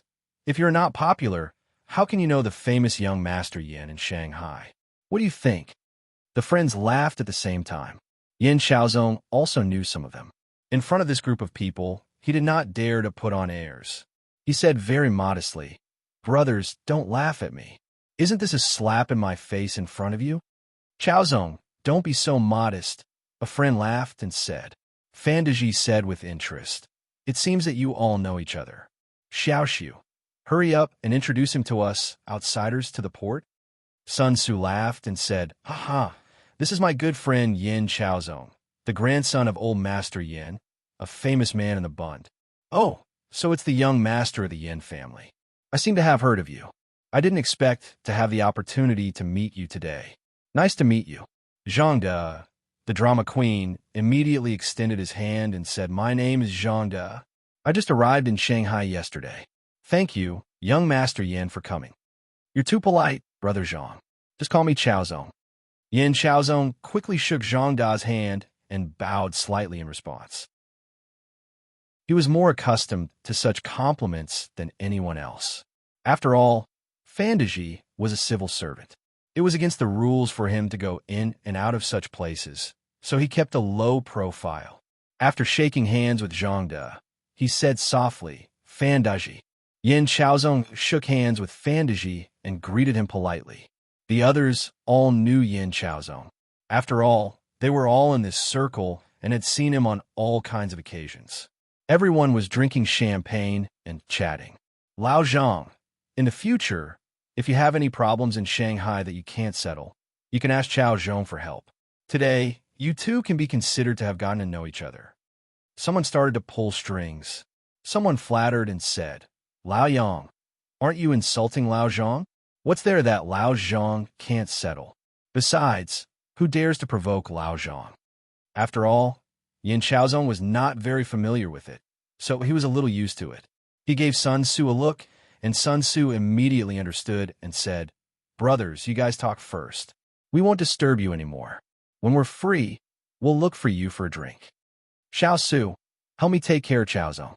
Don't neglect our distinguished guests," Zhang De said with a smile. That night, Sun Tzu was the one who had organized this gathering. It was only because of Zhang De and Fandaji's reputation that Sun Tzu was a popular person. Every few steps he took, he would be stopped by others to chat. Sun Tzu had no choice but to deal with them. Seeing this situation, Yin Xiaozong did not stay with Sun Tzu. After saying goodbye, he left with his female online celebrity model. Not long after, the local tyrants of Shanghai formed a circle around him. After all, there were also people who were close to Yin Xiaozong. The whole atmosphere seemed to be very harmonious. At this time, the eldest young master of the Shun family, who was surrounded by others, revealed a cold smile. He slowly stood up and said, "Let's go. Follow me to meet the eldest young master Yin." Everyone knew that the eldest young master of the Shun family, Shun's son, and Yin Xiaozong did not get along. The two of them had a lot of grievances, so there were different circles surrounding them. Most people did not interact with each other. Hearing Shun Sen's words, everyone knew that there was going to be a good show to watch. Shun Sen's mouth was very poisonous. "Io, isn't this the eldest young Master Yin? Long time no see, eldest young Master Yin. I wonder what eldest young Master Yin has been busy with recently. I heard that eldest young Master Yin has been changing girlfriends one after another. This should be your new girlfriend, right?" Shun's son, who looked very festive and had a sinister smile on his face, walked over and shouted. He could tell that Yin Xiaozong was not someone to be trifled with. Compared to Yin Xiaozong, he was the real playboy. Yin Xiaozong was surrounded by 4 friends, and 2 of them even had female companions. Yin Xiaozong's expression changed slightly. He had not seen Shin-san for 2 to 3 months, and every time he saw him, he would make a fuss. Yin Xiaozong turned around and replied bluntly, "I'm looking for a girlfriend. It's none of your business." He had always been very straightforward with Shun's senator at this time. Shun's son and the others had already walked in front of Yin Xiaozong. He laughed and said, "That's for sure. I'm not eldest young Master Yan's parents, so I definitely can't control you. But after all, we are friends, so I'll help you check." Shun-san began to look at the online celebrity model unscrupulously and said, "Good figure, small waist, but the chest is a little small. The height is okay, and it's very harmonious with eldest young Master Yin. You could try a lot of moves. Alas, the appearance is just so. After all online celebrities are the same. I don't know if they have plastic surgery or not. As for the temperament, I think it's far from it. The online celebrity model's face turned red, and she stared at Shun's son angrily, but she did not dare to get angry. Shun's son, what on earth do you want? Yin Xiaozong said angrily in a low voice. Shun's son, who was drinking champagne and smoking a cigarette, said happily, Eldest young Master Yin, why are you so flustered and exasperated? Don't be unable to take a joke. You can also say that to me. I don't care. As a friend, I'm just saying this to you. Your taste in finding a girlfriend is getting worse and worse. I think your fiancée, Miss Lin, is more perfect. Even I want to marry her. It's a pity that she doesn't want you and eloped with another man. Haha. After Shin's son said this, a few friends beside him also laughed unscrupulously. This was really a slap in Yin Xiaozong's face. Yin Xiaozong's face was gloomy. He stared at Shin's son, but did not say anything. One of Yin Xiaozong's friends tried to ease the atmosphere and said, Old Shun, you don't have to do this, right? They were afraid that these two would make a scene today. After all, this was not their territory. Shin's son said casually, Six brother, I'm just playing with Xiaozong. We do this all the time. Are you still not used to it? After saying this, he looked at Yin Xiaozong with a mocking face and said, Don't you think so, Xiaozong? Yin Xiaozong was humiliated by Shun's son and could not do anything about it. This was the most shameful thing for him. The whole Shanghai bun knew about it. Now that Shun's son mentioned it in front of him again, others must be laughing at him in their hearts. This made his hatred for them rise again. This pair of asterisk cheese made him lose the most face. Shin's son, are you trying to provoke me? Go home and learn from your father. In the end, Yin Xiaozong restrained his anger and did not turn hostile on the spot. After all, the people present today were all respectable people. Most of them were rich playboys from Siju City. At that time, he would be the one who would be embarrassed. Yin Xiaozong thought to himself. Shin's son said playfully, Why would I provoke you? I'm just telling the truth. When you were getting engaged with Miss Lin, I was a little envious and jealous of you. But who knew that in the end, Miss Lin did not like you and eloped with a poor lady. I don't know if there's anything wrong with you. Shin's son, don't go too far. Some of Yin Xiaozong's friends could not help but stand up. Shin's son said loudly with a helpless face, I'm telling the truth. Don't think that I don't know that you have laughed at me behind my back. In our circle, everyone knows that how many real friends there are. Do you just like to laugh at others? At the staircase not far away, Zhangde and Fandaji, who were sitting on the sofa, stared at them without batting an eyelid. Shin's son had come out to humiliate Yin Xiaozong today, not because of their reputation, but because a big shot had given Shun's son a call. That was why Shun's son was so unscrupulous. These two are old enemies. Don't you guys do anything about it? I'm afraid that they might fight later. A playboy sitting on the sofa said in a low voice. Zhangde said disapprovingly, That's their grudge. It has nothing to do with us. If they dare to fight, it means that they are not giving us face. We'll stand up then. You old fox. Zhangda's friend laughed and scolded. Yin Xiaozong's face was very ugly. His anger had reached its peak. He did not expect to meet Shin's son today. He did not know what Shin's son had eaten to dare to humiliate him like this. At this time, Sun Tzu finally appeared. He quickly ran over and said, What's going on? What's going on again? It's nothing. I'm just playing with Xiaozong. Shin's son said sensibly. Sun Tzu said deliberately, Brothers, do me a favor today. Those people are not easy to deal with. Don't let them laugh at our circle. Sun Tzu, listen to what you said. It's not that serious. Sun Tzu had completed his task. He shrugged and said, Okay. There are many beautiful girls today. I want to accompany you. I'm going to find some beautiful girls. After that, Shun's son laughed and left with a few friends, leaving Yin Xiaozong and the others in an awkward atmosphere. Yin Xiaozong was embarrassed. He would only be laughed at if he stayed. He said in a low voice, You guys play first. I have something to do. Sun Tzu was anxious when he heard this. If Yin Chaozong left, how could he continue the show? He quickly pulled Yin Chaozong to the side and said, "Brother Yin, do me a favor. Also do them a favor. If you leave like this, it's really inappropriate. I won't say much. I hope you understand. As for Shin's son, just ignore him." Yin Chaozong calmed down after hearing this. He could only bite the bullet and continue to stay. However, he did not intend to stay in the villa.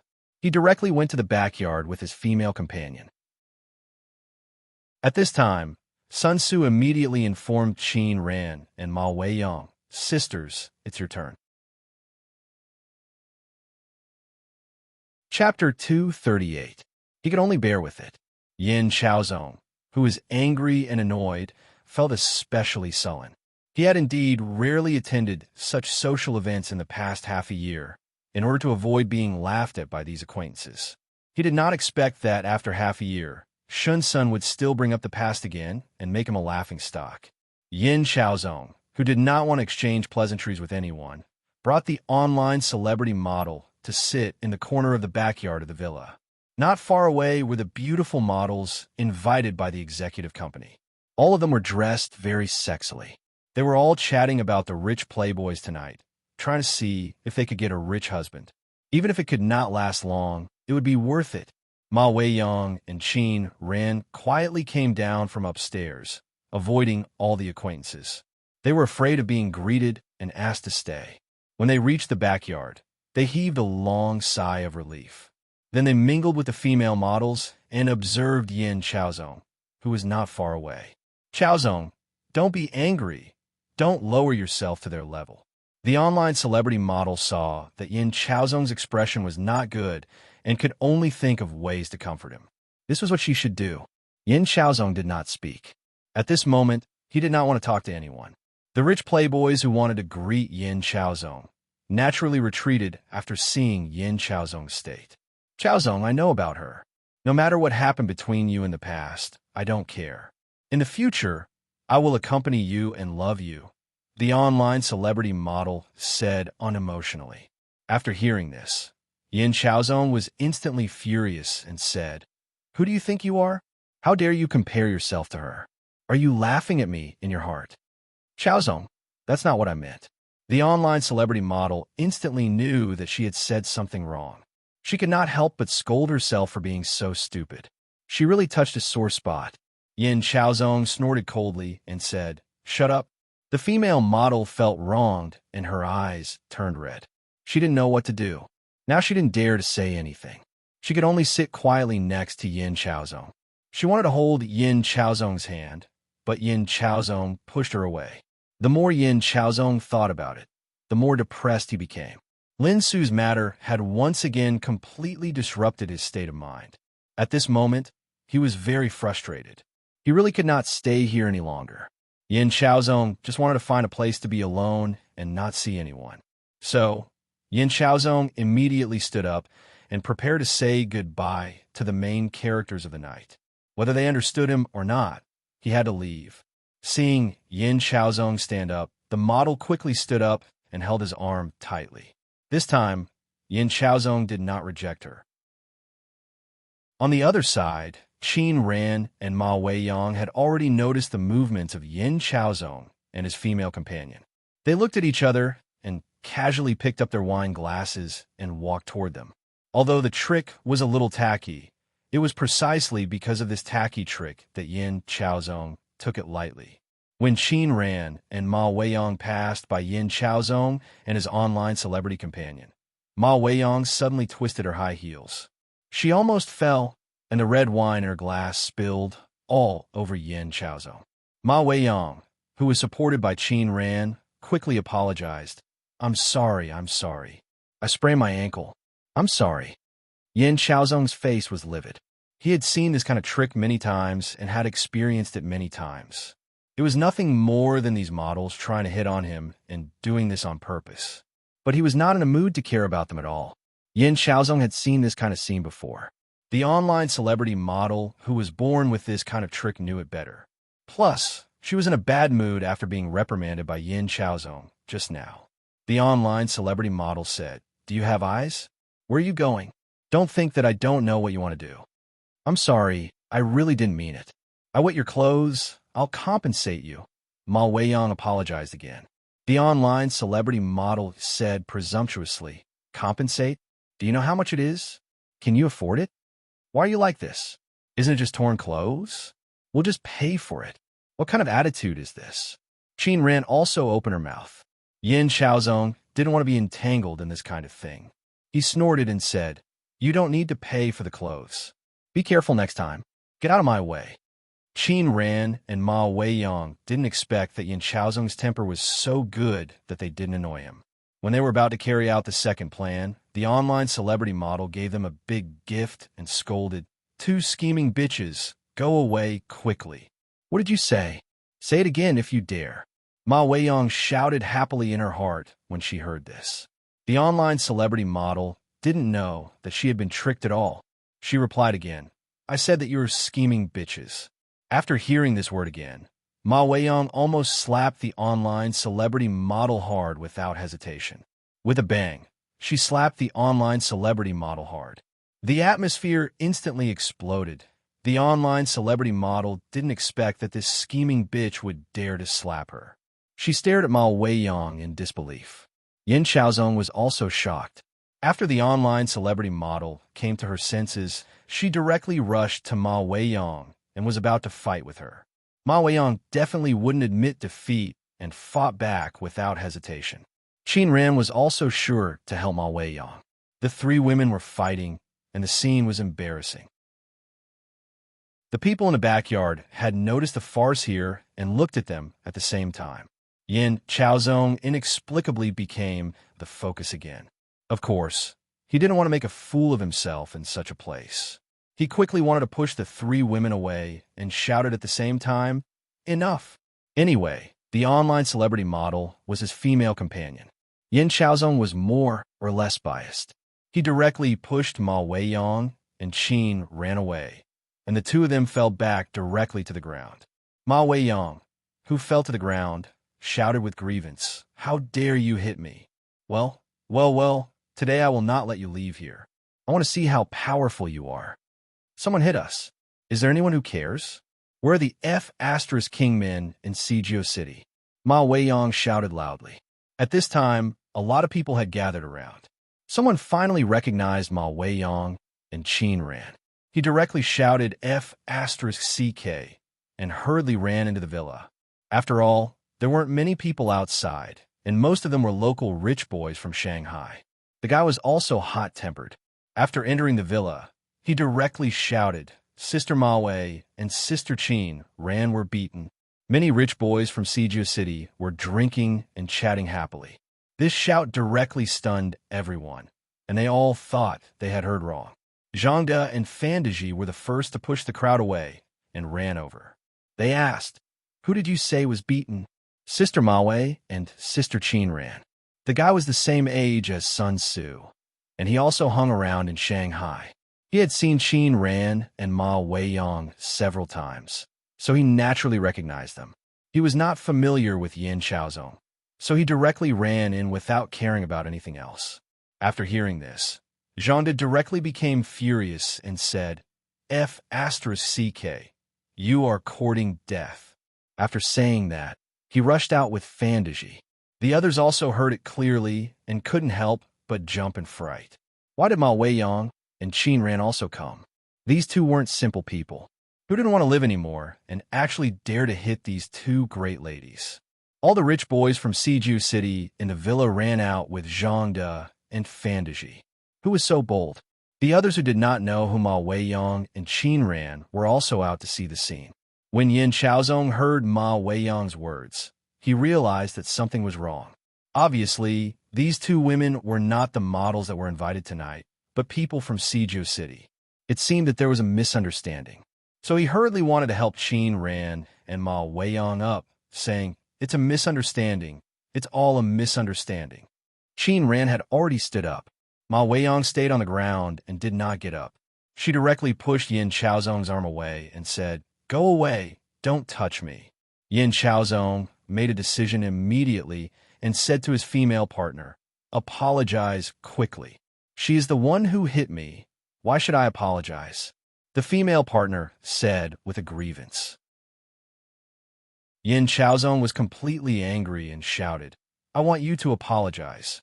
At this time, Zhangde and Fan Deming had already rushed over with the crowd. They pushed the crowd away and shouted, Ran Moe, who the F asterisk CK hit you? Since the reinforcements had arrived, Ma Weiyang had to go through with her acting. She immediately sobbed and said, Zhangde, where the hell have you been? The two of them beat me and ran. Sob. I have never been bullied by anyone in my life. After Zhangde and Fan Deji rushed to Qin Ran and Ma Weiyang, they hurriedly asked, Ran Ma Wei, are you okay? The others hurriedly wanted to help Ma Weiyang up, but Ma Weiyang stubbornly said, I won't get up. Someone had already stepped forward and said, Sister Ma Wei, Sister Qin Ran, who bullied you? We will help you. I want to see who the F asterisk CK is tired of living. Ma Weiyang directly pointed at Yin Chaozong and his female partner opposite and said, It's them. Fan Deming, Zhangde, and the others all looked at Yin Chaozong and his female partner at the same time. They instantly understood what was going on. It turned out that the one who bullied Qin Ran and Ma Weiyang was actually the young master of the Yin family. This was really interesting. Zhangde helped Ma Weiyang up and said, Ma Wei, you get up first. This time, Ma Weiyang was not stubborn. The rich playboys of Sijio City who surrounded them were concerned about them and asked if they were injured. At this moment, Yin Chaozong's mood was extremely depressed. No matter how stupid he was, he could see that the identity of these two women was not simple. Otherwise, these rich playboys of Sijio City would not be so concerned about them. Young Master Yin, what is going on?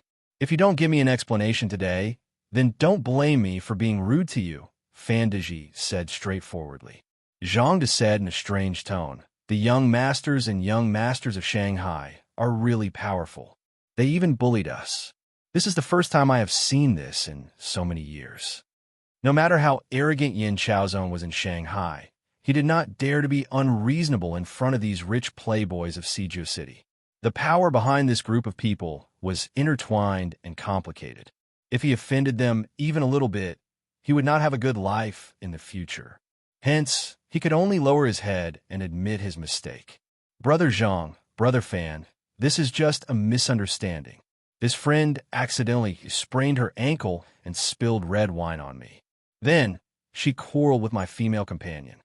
Yes, I sprained my ankle and spilled red wine on you. But I've already apologized and said that I would compensate you for your clothes.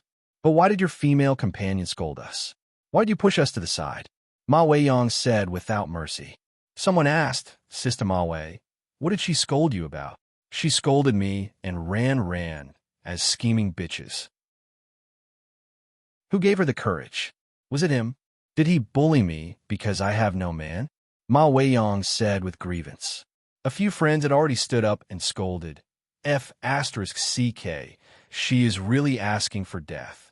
At this time, Sun Tzu also ran over and shouted, What happened? What happened? After someone told him what had happened, Sun Tzu asked, Chaozong, is this true? You are not giving me face. I've been following my two sisters around since I was a child. What do you want me to do? Yin Chaozong realized that if he did not think of a solution, he would really be trapped here. So without hesitation, he directly turned around and slapped his female companion twice. Apologize. The online celebrity model was slapped so hard that she saw stars.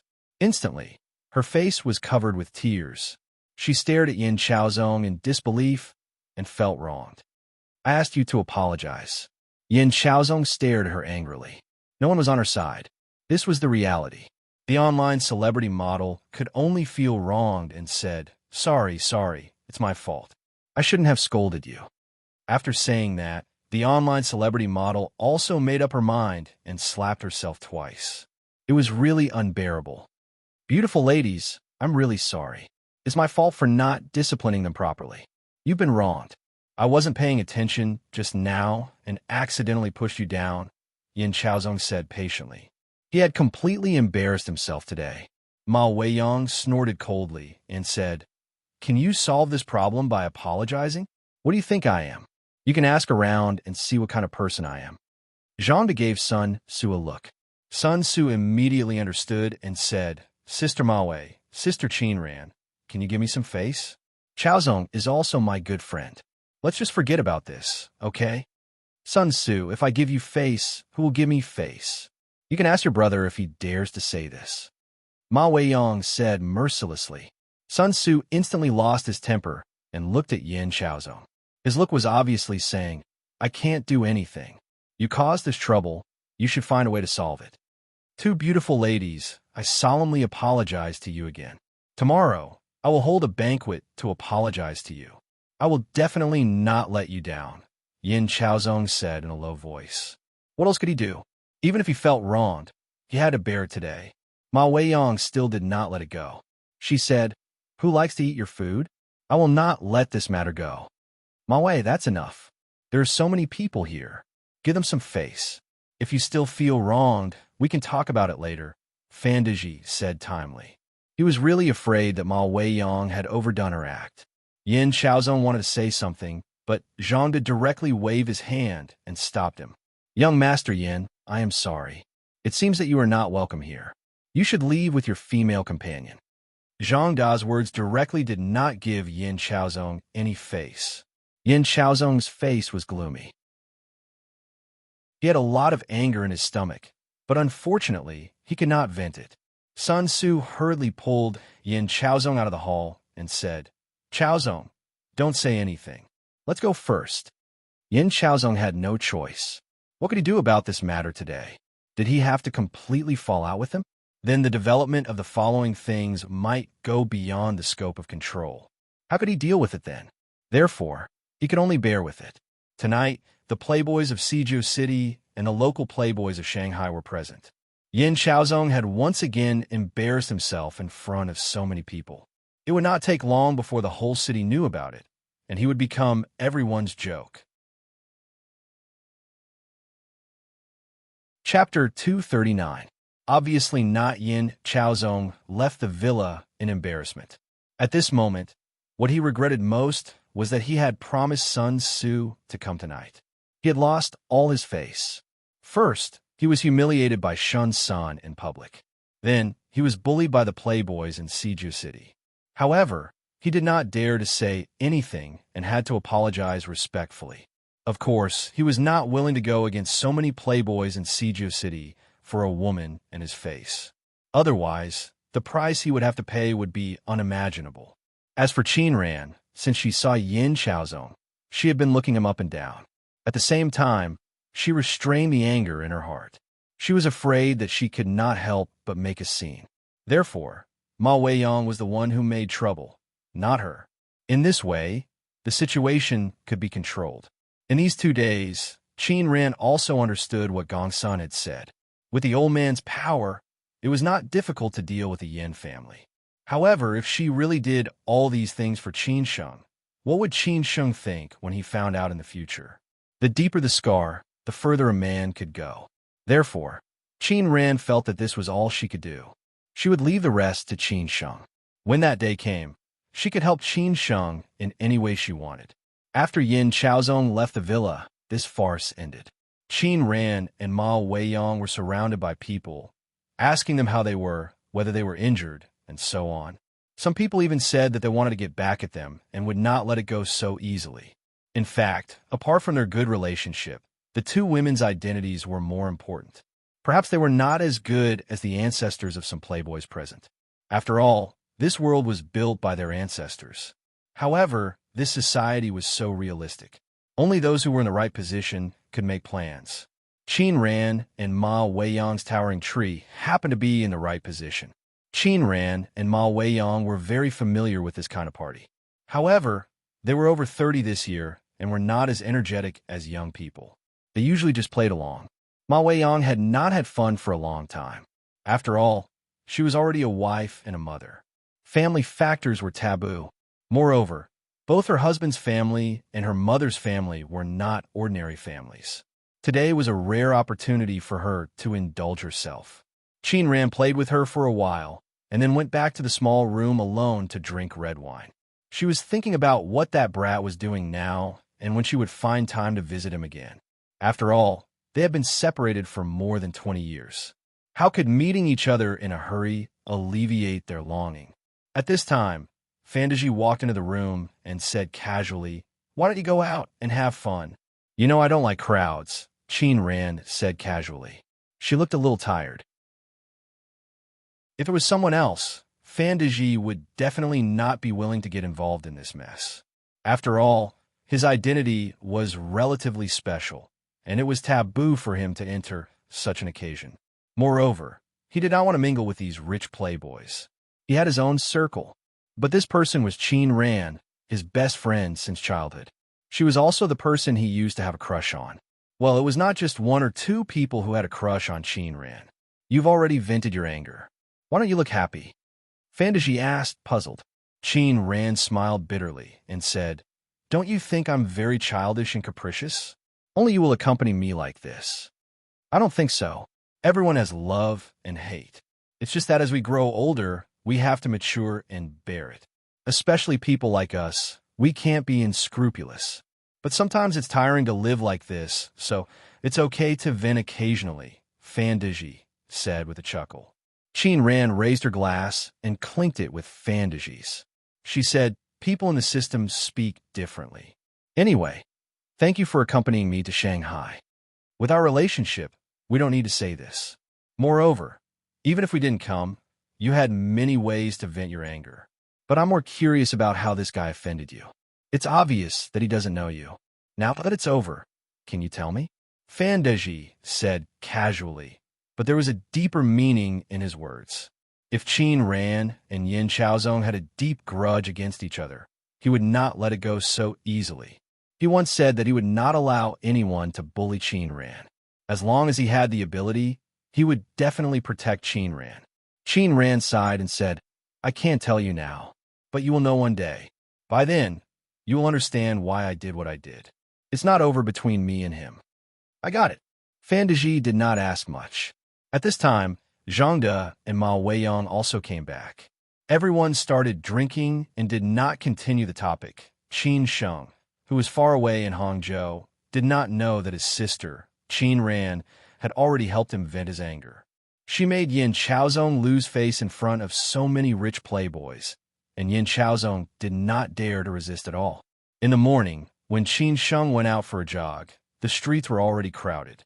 No matter what time it was, late at night or early in the morning, there were countless people running around for their lives. So when you can't persevere anymore, you can think about why these people can persevere, whether it's for life or survival. As long as you keep going, you can see the rainbow after the rain. Qin Sheng came back after jogging. He bought breakfast for Lin Su and placed it on the table. This was his favorite thing to do. However, he also promised Lin Su that he would sleep with her 2 days a week. She did not want to see Qin Sheng every time she opened her eyes.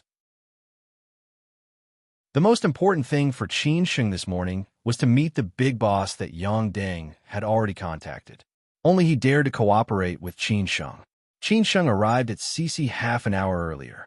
The appointed place was a tea house in Cici. The name was quite interesting. It was called Cici Wensha. When Qin Sheng arrived, Yang Deng was already there. "I didn't expect you to arrive earlier than me," Qin Sheng said in surprise. Yang Deng joked on purpose. "Because I knew you would definitely arrive earlier, so I rushed ahead of you. Is it necessary?" Qin Sheng was speechless. Yang Deng said happily, "Let's go in and drink tea first. Brother Luo will arrive later. We don't need to wait for him." Since Yang Deng had already said so, Qin Sheng did not say anything more. The two of them entered the tea house first and chatted while drinking tea in the private room. Most of the time, Yang Deng was asking Qin Sheng about things.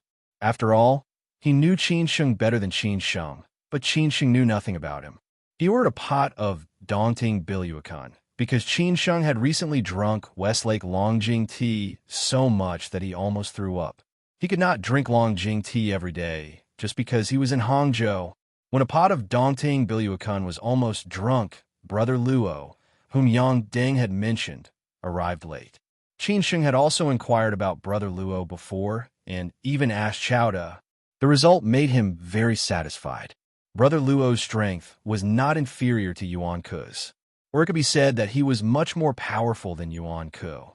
If he could make him a boss, then Qin Sheng could rest easy. When Brother Luo and the two bodyguards walked into the private room, Qin Sheng and Yang Ding also stood up. However, Qin Sheng's face changed instantly, because he had just seen Brother Luo 2 days ago. He was the middle-aged man with a big belly whom he met when he went to find Master Lu that day. Brother Luo also recognized Qin Sheng and said in surprise, "Are you Qin Sheng?" Qin Sheng did not know whether to laugh or cry.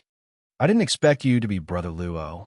Brother Luo smiled and said, "It seems that we are quite fated." He did not show it too deliberately. At this time, Yang Deng understood and said, "Brother Luo, do you know each other?" Brother Luo explained casually, "Not really. I just happened to meet him 2 days ago. That's why I was so surprised." Yang Deng said casually, "That's still considered as knowing each other. Let's sit down and talk." After the host and guests sat down, Brother Luo took the lead and said, "If it were not for your relationship with Lao Ba, I would not have met you today. If I want to talk, I should talk to Chowda. You're not qualified. This is the truth. Mr. Chow is no longer in charge of things. I am responsible for the things in Yuanda. So talking to me is also talking to Mr. Chow," Qin Sheng said in a neither servile nor overbearing manner. He did not have too much stage fright because of Brother Luo's identity. Brother Luo snorted and said, "Can you represent Chowda?" "If I can't, I won't come," Qin Sheng said happily. Brother Luo looked at Yang Deng thoughtfully and said, "Lao Ba, what is your relationship with this brother?" "This brother is not simple. His aura is even stronger than mine. Brother Luo, we are friends of life and death. I almost died in his hands," Yang Deng said in a seemingly joking manner. After Brother Luo heard this, he was stunned for a while before he came to his senses and said, "Lao Ba, you are really unconventional. Could it be that you were injured last time because of him?"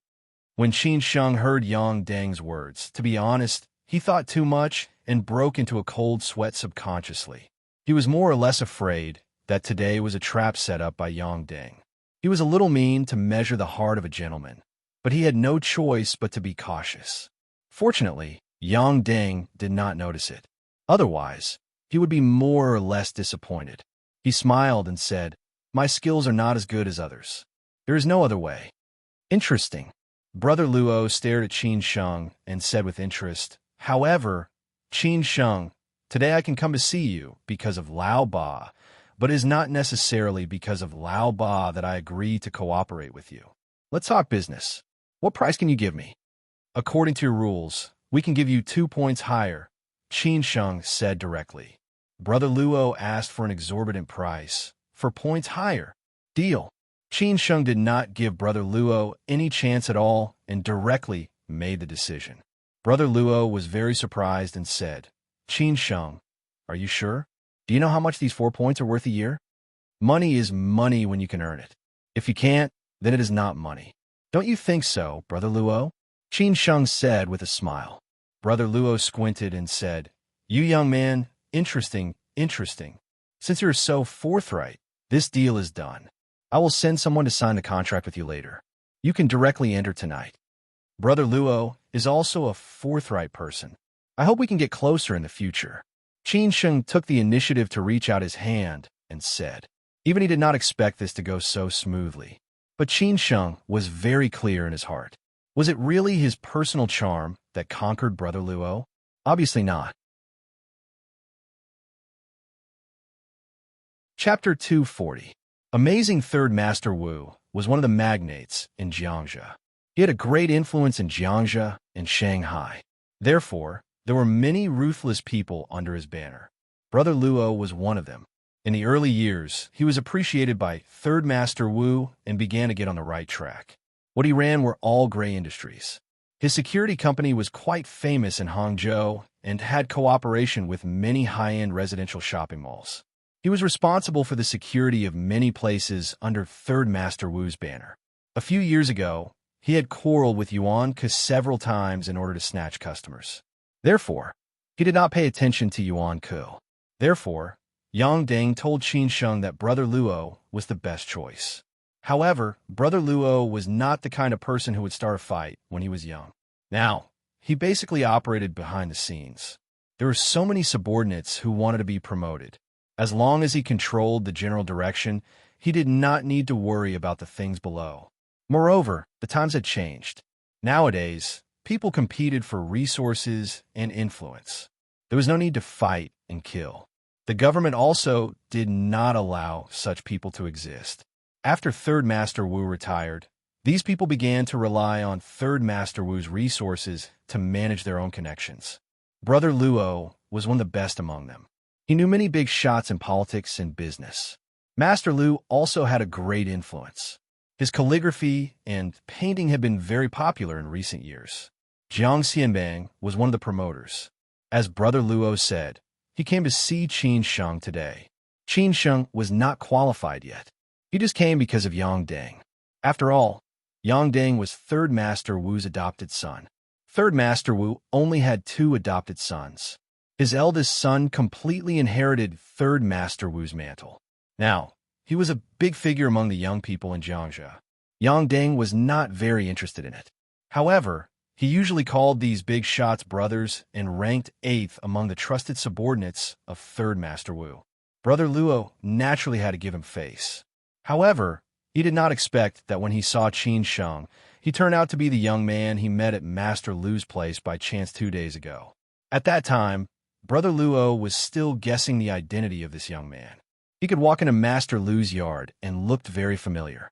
Therefore, due to various reasons, Brother Luo chose to cooperate with Qin Sheng without hesitation. To him, this kind of cooperation was insignificant. However, if Qin Sheng's background was not small, wouldn't he have a connection with him? They had lunch at Sisi Wencha. Qin Sheng took the initiative to treat them. Brother Luo also showed Qin Sheng enough respect. After chatting with Qin Sheng, he found out that Qin Sheng was not from Hangzhou and had just arrived in Hangzhou not long ago. The more it was so, the more curious Brother Luo was. After lunch, they separated. Brother Luo and Yang Deng left together. The thing that Qin Sheng was most worried about was finally settled. He immediately called Chang Baji and asked him to contact Brother Luo. In the next few days, Mizan, Yu Fengji, Liu Yuan, and Hao Lei came to Hangzhou one after another. Mizan directly took over the work. After all, the functional departments of this subsidiary company were not complete yet, and Mizan was urgently needed to take charge of these. Hao Lei's relationship with them was different. After Hao Lei arrived in Hangzhou, Qin Sheng made an appointment with Chang Baji to personally cook at home to welcome Hao Lei. The dishes on the table were more sumptuous than those served to Qin Chang'an a few days ago. After all, they were all carnivores. They would not be happy without meat or wine. The wine was naturally the authentic Shifeng wine, which was tasty enough. At the dining table, Qin Sheng, Hao Lei, and Chang Baji drank and chatted merrily. The relationship between the 3 of them was incomparable to others. They all came from Xi'an. After experiencing so many things, they finally reunited in Hangzhou. The bitterness of this was not enough for outsiders to know. Lin Su basically did not speak. She was only responsible for pouring wine for these men. Last time, there were too many people, so I did not have a chance to say many things. Today, there are only the 3 of us. I have something to say. Don't blame me for being pretentious. Qin Sheng drank a mouthful of wine and smiled. Lin Su filled up Qin Sheng's cup again. Chang Baji and Hao Lei looked at each other, waiting for Qin Sheng to say something. Qin Sheng said with some emotion, "Unknowingly, a year has passed. I remember that in October last year, you followed me to Shanghai. Originally, I wanted to make a name for myself in Shanghai. However, due to a combination of factors, I almost lost my life in the end. Although I was lucky to survive, I always feel guilty to you." Qin Sheng. Hao Lei wanted to say something, but was interrupted by Qin Sheng. "Brother Lei, let me finish. Lao Chang and I have a deep relationship. We have taken risks many times and even saved me several times. We can be considered as friends of life and death. Hao Lei, of course, I don't need to say anything about you. We have known each other since junior high school. After so many years, you're the only one who could be so close to me. From the time we came to Shanghai, I asked you to protect Hanbing. You have no regrets. Even when I disappeared for half a year, you still persisted without any complaints. I have nothing to say to you. Both of you trusted me so much that you follow me to Shanghai, which is a strange place. However, I did not do what I promised you, but you still trusted me as always. How can I, Qin Sheng, deserve this? This was the truth in Qin Sheng's heart. Hao Lei could not help but say, Qin Sheng, if we really care about these things, we can't sit together now. You feel guilty about what happened in Shanghai. We also feel sorry for you. When you were in danger, we were not by your side. You almost lost your life. Fortunately, you survived. Otherwise, we will feel guilty for the rest of our lives. Maybe I was proud and arrogant in the past. I thought too much about many things. In the end, I fell into a trap of my own making. I can't blame others, but I never regret it. Qin Sheng looked at Lin Su beside him and smiled. Chang Baji raised his glass and said, These things are in the past. It is useless to say more. Now is a new beginning. It is much better than in Shanghai. What you need to do is to raise your head and move forward. How to lead us forward. After all, you do not only have us now, but also Lin Su. If you marry a chicken, follow the chicken. If you marry a dog, follow the dog. No matter what Qin Sheng does, I will support him. No matter what he becomes in the future, rich or poor, I will be by his side. Lin Su pursed her lips and smiled. Qin Sheng was very touched. When it came to Lin Su, nothing he said would work. He had to respond to her with practical actions. He had to tell her that the man she chose did not let her down. Looking at Chang Baji, Qin Sheng took a deep breath and said, Well, Lao Chang is right. That is why Hao Lei just arrived in Hangzhou today. I want to take this opportunity to sit down and have a good talk with a few of us. Let's not talk about what happened in Shanghai. It is all in the past. Now in Hangzhou, it is a new beginning for us. No matter good or bad, as long as I can stand out, I will not treat you badly. You don't have to say this. We all believe you. Hao Lei raised his glass and said. Chang Baji said half-jokingly, I do hope that you can be awesome soon. But the situation now is much better than in Shanghai. At least we have the confidence. Well, Mr. Chow trusts me very much. He let me take full charge of this subsidiary company. As for how far we can go, it depends on our ability and luck. Qin Sheng nodded silently. Hao Lei said thoughtfully, We are not bad. I think our luck will not be bad either. It is a new beginning. Let's work hard together. Work hard, the three of them said in unison. Lin Su raised her glass at the right time and said, Then this glass of wine, a toast to the past and the future.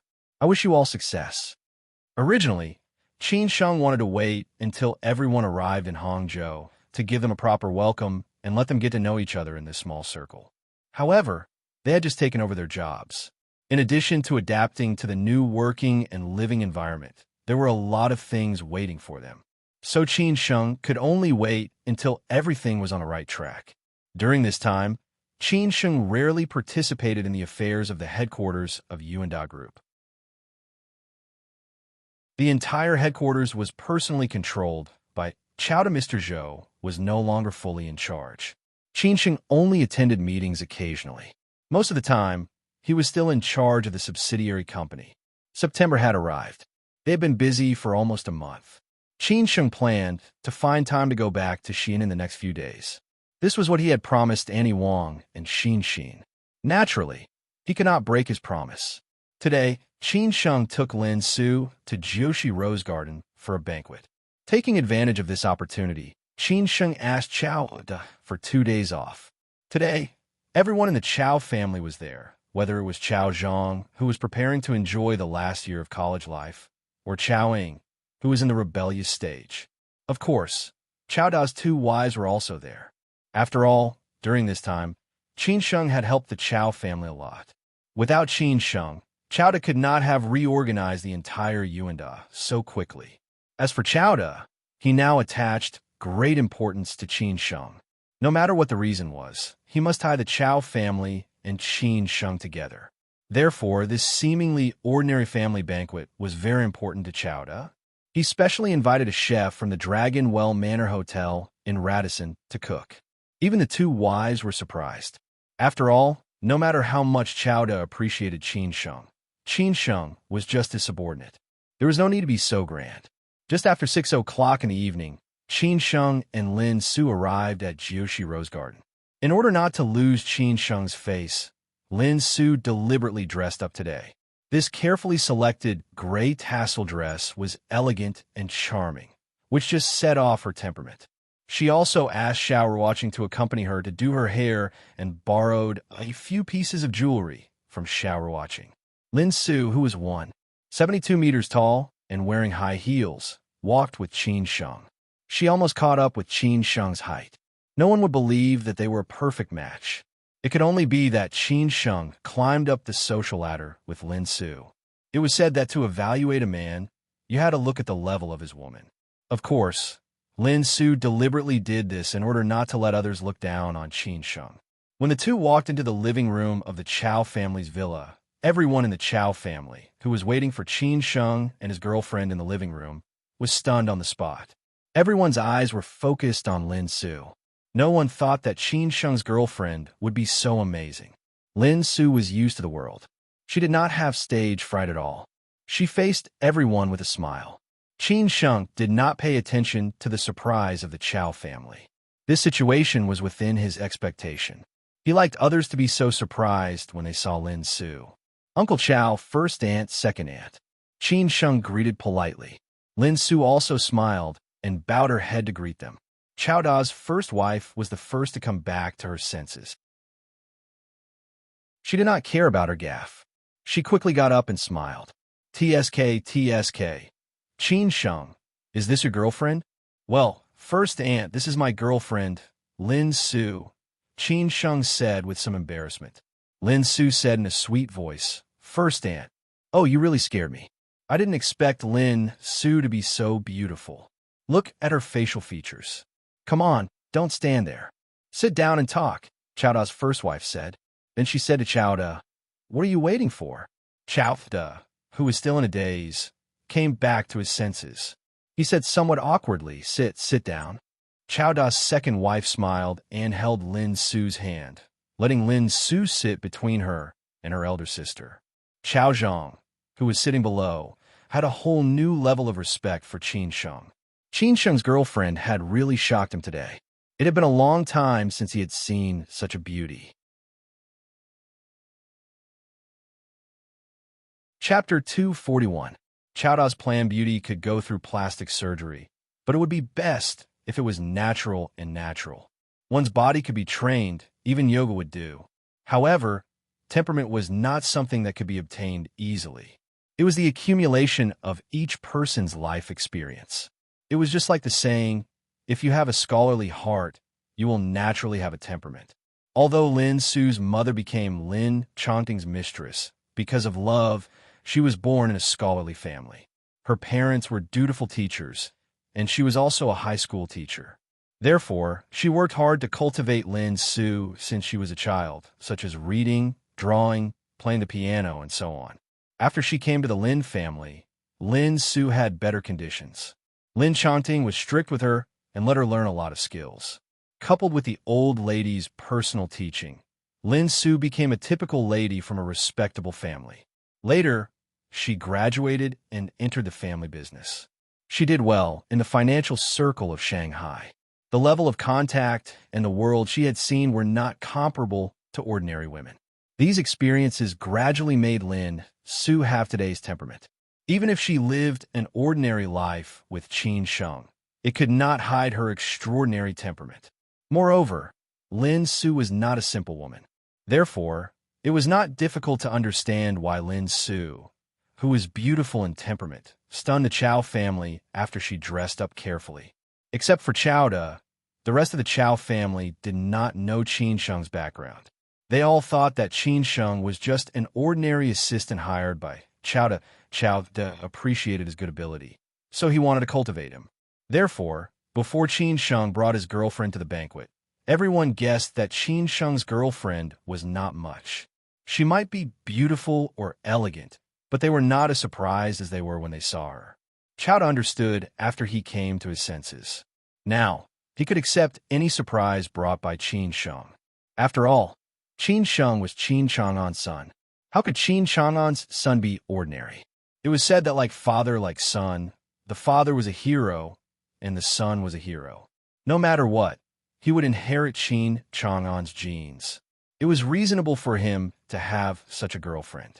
Others might think that Qin Sheng did not deserve Lin Su, but only he knew that Lin Su had found a treasure. However, Chowda was afraid that Qin Sheng still did not know about his family background. If he returned to the Qin family one day, everything would be very different for him. Would he still choose Lin Su? Could Lin Su satisfy the Qin family? After thinking about it, Chowda felt that he was worrying too much. He could not control these things. Lin Su, who was sitting between Chowda's two wives, was held by the two women and asked about her well-being. The first wife, Ji Min, praised Lin Su's good skin and beautiful eyes. The second wife, Mina, asked Lin Su what kind of cosmetics she used. She said that her clothes looked good today, and where did she get it from? Chowda held Qin Sheng's hand and said, "They talk about their own things. We talk about ours. Women are always like this." Uncle Chow's complexion looks good recently, Qin Sheng said casually. This was indeed the truth. When he first met Chowda, he knew that there was something wrong with Chowda's body, and he was a little anxious. Later, he learned that Chowda had been seriously ill. "Uncle Chow, you look good recently," Qin Sheng said casually. It was true. When he first saw Chowda, he knew that Chowda had health problems. He was a little anxious. Later, he learned that Chowda had a serious illness. "You're welcome, Uncle Chow. This is what I should do," Qin Sheng said with a chuckle. Then he said, "I see that Uncle Chow pays great attention to health. If you have time, I can introduce you to a master. He is an expert in this field, and he should be helpful to your body." Chowda did not look down on Qin Sheng. He said seriously, "Okay, you can make an appointment. Let me know." Chowda and Qin Sheng chatted happily. The other women were also chatting. Mina could not help but say, "Qin Sheng, tell me, how did you get such a beautiful girlfriend?" "Aunt, I don't have such a great ability. I was chased. You can ask me." Qin Sheng got the upper hand. His words made everyone laugh. The three children of the Chow family were not qualified to speak. They only interjected occasionally. Most of the time, they listened obediently. Chow Ying stared at Qin Sheng and muttered, "What are you talking about? This beauty must be blind." Qin Sheng had slapped her last time. She was still holding a grudge. Although she did not complain to her parents, she did not think that it was over. Lin Su did not care about Qin Sheng. She said disdainfully, "Do you think anyone will believe you?" Everyone laughed again. Obviously, Lin Su did not give Qin Sheng face, but it could be seen that they loved each other. Ji Min said with concern, "Lin Su, when are you going to get married? In Hangzhou or somewhere else?" "I'll listen to him." Lin Su looked up at Qin Sheng and said shyly, but she really wanted to know what Qin Sheng's answer was. After all, she had never asked Qin Sheng. Mina covered her mouth and smiled. "Qin Sheng, don't you understand? Hurry up. When are you going to marry Lin Su? We'll give you a big red packet." "Second aunt, don't worry. I will definitely marry Lin Su. In this life, I will only marry her. However, I will wait until my career and life are stable first. This is also responsible for my marriage and for her," Qin Sheng said very sincerely. After he finished speaking, he also looked at Qin Sheng. Then he looked at Qin Sheng. Chow to help Qin Sheng out. "This is a matter between the young couple. Let's not worry about it. No matter where we get married, we'll give you a red packet." "Chao Zhang, go to the kitchen and see if dinner is ready." Chao Zhang stood up. Yuer followed him and ran to the kitchen. The whole Chao family doted on this weird little girl the most. Not long after, Chao Zhang came back and replied, "Dad, Master Song said that dinner is ready. Then let's eat first and talk while eating. What do you think?" Oda asked everyone. Actually, he wanted everyone to move. Ji Min and Mina liked Lin Su very much. They didn't even miss the way to the restaurant. They laughed and talked about women's topics. They were also smart women. Since Chowda valued Qin Sheng so much as his girlfriend, they obviously couldn't neglect him. Only in this way, Qin Sheng would be willing to work for Chow to dinner with a more formal French Western cuisine. The ingredients were all bought by the chef. Everyone drank red wine and chatted. Time passed unconsciously.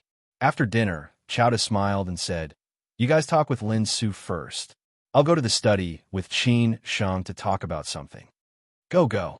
You guys never forget about work," Ji Min said half-jokingly. Then she turned to Lin Su and said, "Ignore them. Let's talk."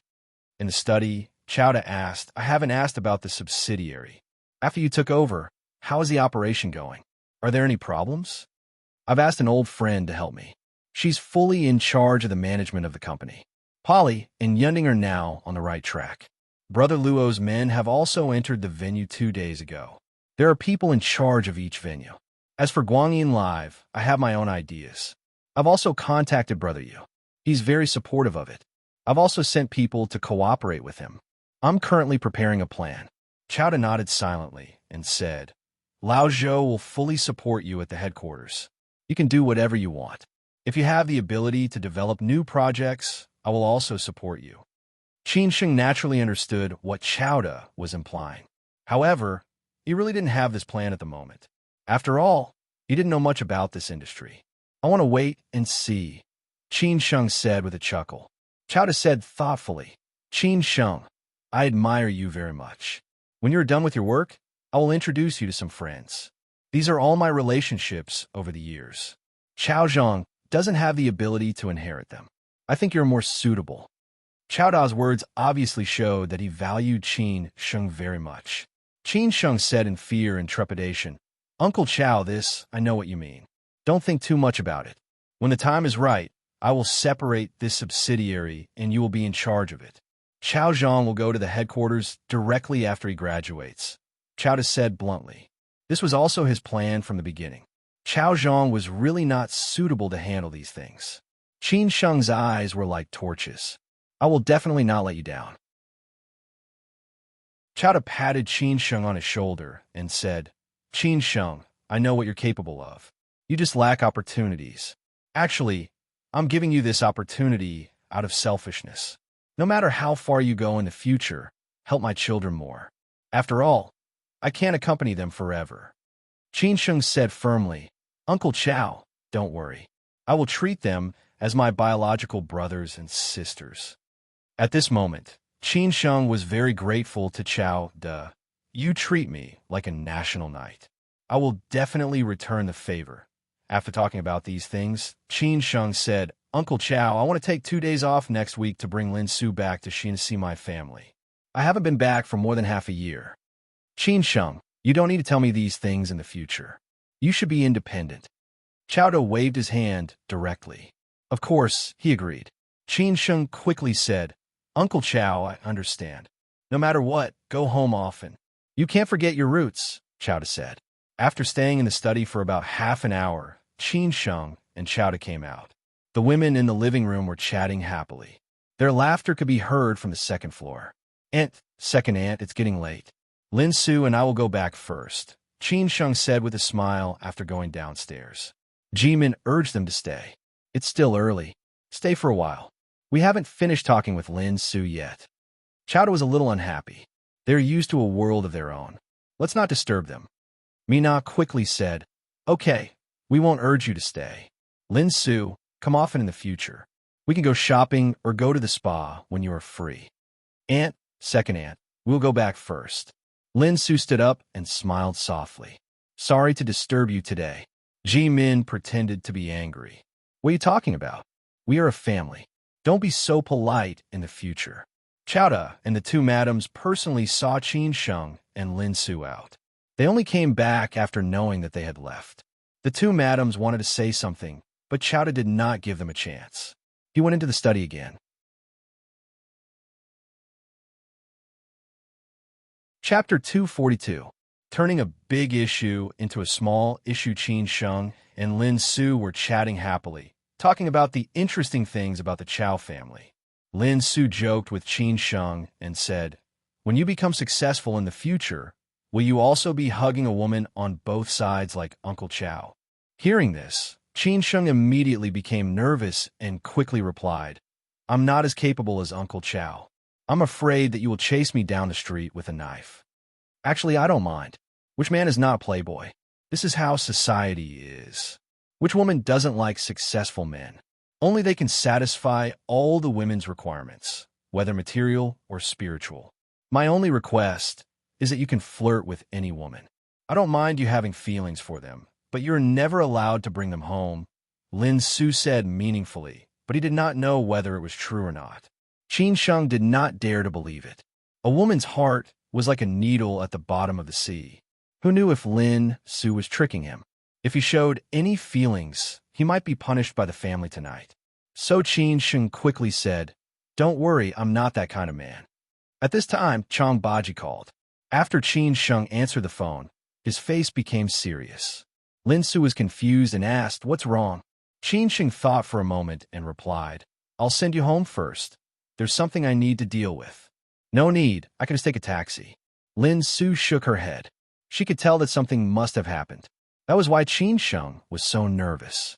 Qin Sheng finally decided to let Lin Su drive back. He directly took a taxi to Poly International. He did not think that there would be such a coincidence. Poly International had not been in trouble for a long time. Why did it happen when it was on the right track? Someone must have played a trick. The cause of the incident was very simple. Two groups of customers made trouble after drinking.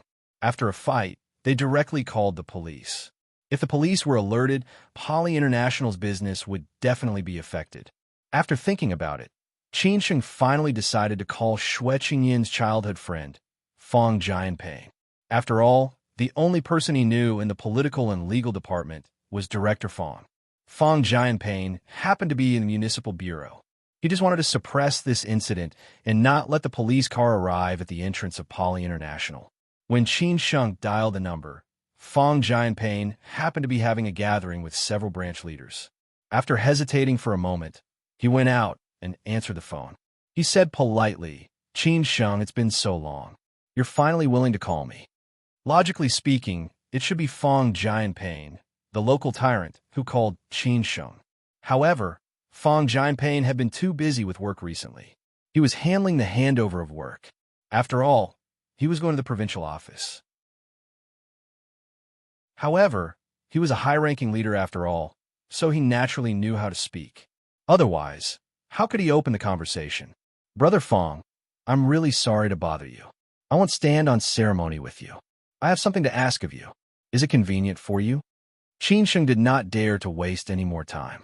The police in Hangzhou were very fast. If he waited until he made the call, the police car would have arrived at the entrance of Poly International. Then, the loss would outweigh the gain. Although Fong Jianping was not used to Qin Sheng's directness, he was Xue Qingyin's brother after all. Fong Jianping had to take care of him.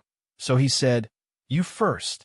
Qin Sheng directly narrated the matter of Poly International. He did not hide his identity as the boss of the company behind Poly International. He did not want Fong Jianping to be dissatisfied later. His request for help was to cancel the dispatch of the police. Fong Jianchuan frowned slightly and said, "Qin Sheng, there are some rules that you may not understand. Although it is a small matter, I'm afraid that someone will take advantage of it." "Brother Fong, I know what you mean. We can send the parties involved there.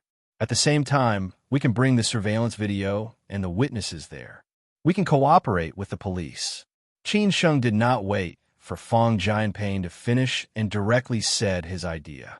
Fong Jianping heard this and felt quite comfortable. He said in a low voice, "You belong to the Uptown area. The leader of the Uptown branch is having a meal with me. I'll just say hello. You can handle the rest." Qin Sheng heard this and quickly thanked him. "Brother Fong, thank you. I'll buy you a drink next time." "You're welcome." Fong Jianping hung up the phone. Then he quickly walked into the private room and called out the leader of the Uptown branch. After telling the cause of the matter, the leader chuckled and said, "Lao Fong, to tell you the truth, I arranged for the dispatch of the police at Poly International. Someone told me. To put it bluntly, they wanted to discuss Poly International. I don't have the guts to make a big move, so I want to know your relationship with them." Because the leader had a good relationship with Fong Jianping, he said it bluntly. After listening, Fong Jianping understood that it was not that simple. He could not help but frown and replied, The boss of the company behind Poly International is my brother. Okay, I got it. The leader smiled faintly and then directly dialed the number. After a few simple words, he directly hung up the phone. At this time, the two police cars were just a few more traffic lights away from the entrance of Poly International. Although they were not cracking down on pornography and illegal publications, Poly International would be greatly affected if they made such a scene. The person behind this was really calculative. Well, Lao Fong, they've already gone back. I'm really sorry about this matter, the leader said very politely. These were the unspoken rules of society. Fong Jianping had been in this industry for so many years. How could he not know? He casually said, Director Liu, you are too polite. Based on our relationship, you go in first. I will continue to drink with you after I make a phone call. Oh, by the way, which police station sent the police? After telling Fong Jianping, Director Liu directly returned to the private room. Fong Jianping immediately called Qin Sheng and said, Well, it has been handled. You just need to send them to Xiaoying Police Station. Qin Sheng, who was on the way to Poly International, was overjoyed after hearing this. He quickly said, Brother Fong, thank you. I'm really sorry to trouble you. It's okay. Then I will go first. I will contact you later, Fong Jianping casually said. But he was somewhat curious about Qin Sheng. He had just arrived in Hangzhou not long ago. How did he get involved in these things? He had to ask Xue Qingyan later. When Qin Sheng arrived at Poly International, it was already 20 minutes later. Chang Baji had already asked Gu Xiaobo and the security guards to send both sides of the trouble to the police station. The attitude of both sides of the trouble was very bad. Chang Baji was not polite to them. No matter what kind of guests they were, he controlled them all and sent them away. The situation was still considered to be under control. In Chang Baji's office, Qin Sheng and Chang Baji sat opposite each other. Chang Baji joked, You are quite efficient. You solved the matter in a few minutes. Qin Sheng sighed and said, It is not that simple. While I just arrived in Hangzhou, Sister Xue introduced me to one of her childhood friends. This person works in the municipal bureau. Coincidentally, he is having dinner with the bureau leader of the Uptown District tonight, so he solved the matter conveniently. Oh, no matter what, as long as it is solved, we are not like Qian Buping, who has been working here for so many years and has more powerful connections. What we lack now is these resources. In the future, we can't always trouble others, right? Chang Baji said worriedly. Qin Sheng said thoughtfully, What you said is also what I have considered, so I have to think of a way. Don't worry about Yunding International. As long as it is not too big of a problem, Song Wei should be able to solve it. This matter cannot be solved in a day. We have to do it step by step. But tonight's matter is a little strange. The two private rooms are so far away from each other, but the guests here went to the wrong room. I think someone has an ulterior motive, Chang Baji said seriously. Qin Sheng thought for a while and said, Remember all the troublemakers tonight. Later, find someone to investigate and find out who is the mastermind behind it. You don't need to tell me. I know what to do, Chang Baji said playfully. Qin Sheng then said, As for Brother Luo, you can find a way to get familiar with him. If we don't make use of his resources, the money we give to them every year will be wasted. I will find a way to get to know some politicians. Okay, I got it. Chang Baji nodded silently. Now that the subsidiary was on the right track and there were people in charge of all aspects, Qin Sheng did not need to worry about anything anymore and could do other things. By the way, I will go back to Xin in 2 days. You will be in charge here, Qin Sheng said. Chang Baji nodded and said, Don't worry, I will call you if anything happens. After Qin Sheng finished these things, it was almost 11 o'clock. He then took a taxi back to the Golden Coast, in case Lin Su waited for too long. He knew that as long as he did not go back, Lin Su would definitely not sleep. Moreover, something happened tonight. In a villa by CC, Yuan Ku, the mastermind behind the incident at Poly International tonight, was squinting his eyes and thinking deeply. Qian Buping was sitting next to him. Although they had withdrawn from Poly International, they did not intend to give Chowda and Qin Sheng a warning at the beginning, because they had deeper plans.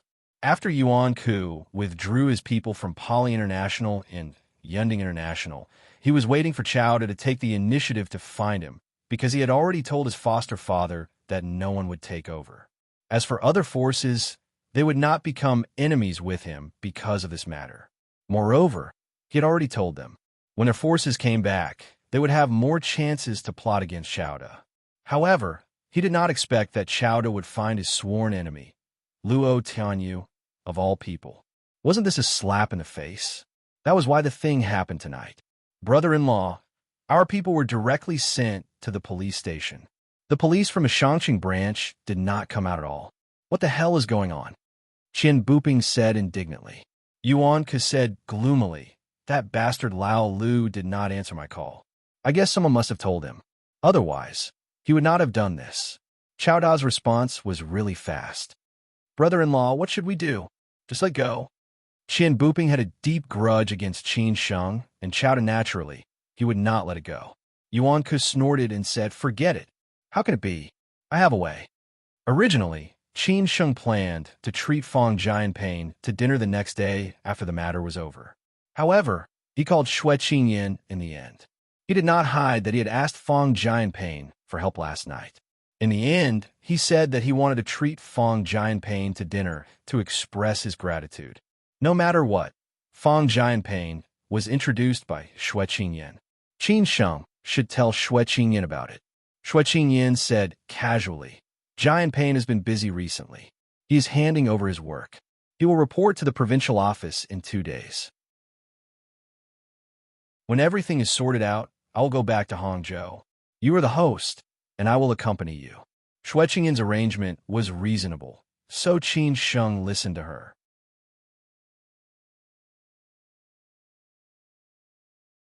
Chapter 243. Meet the mother-in-law and daughter-in-law. Sorry to make up for yesterday's update.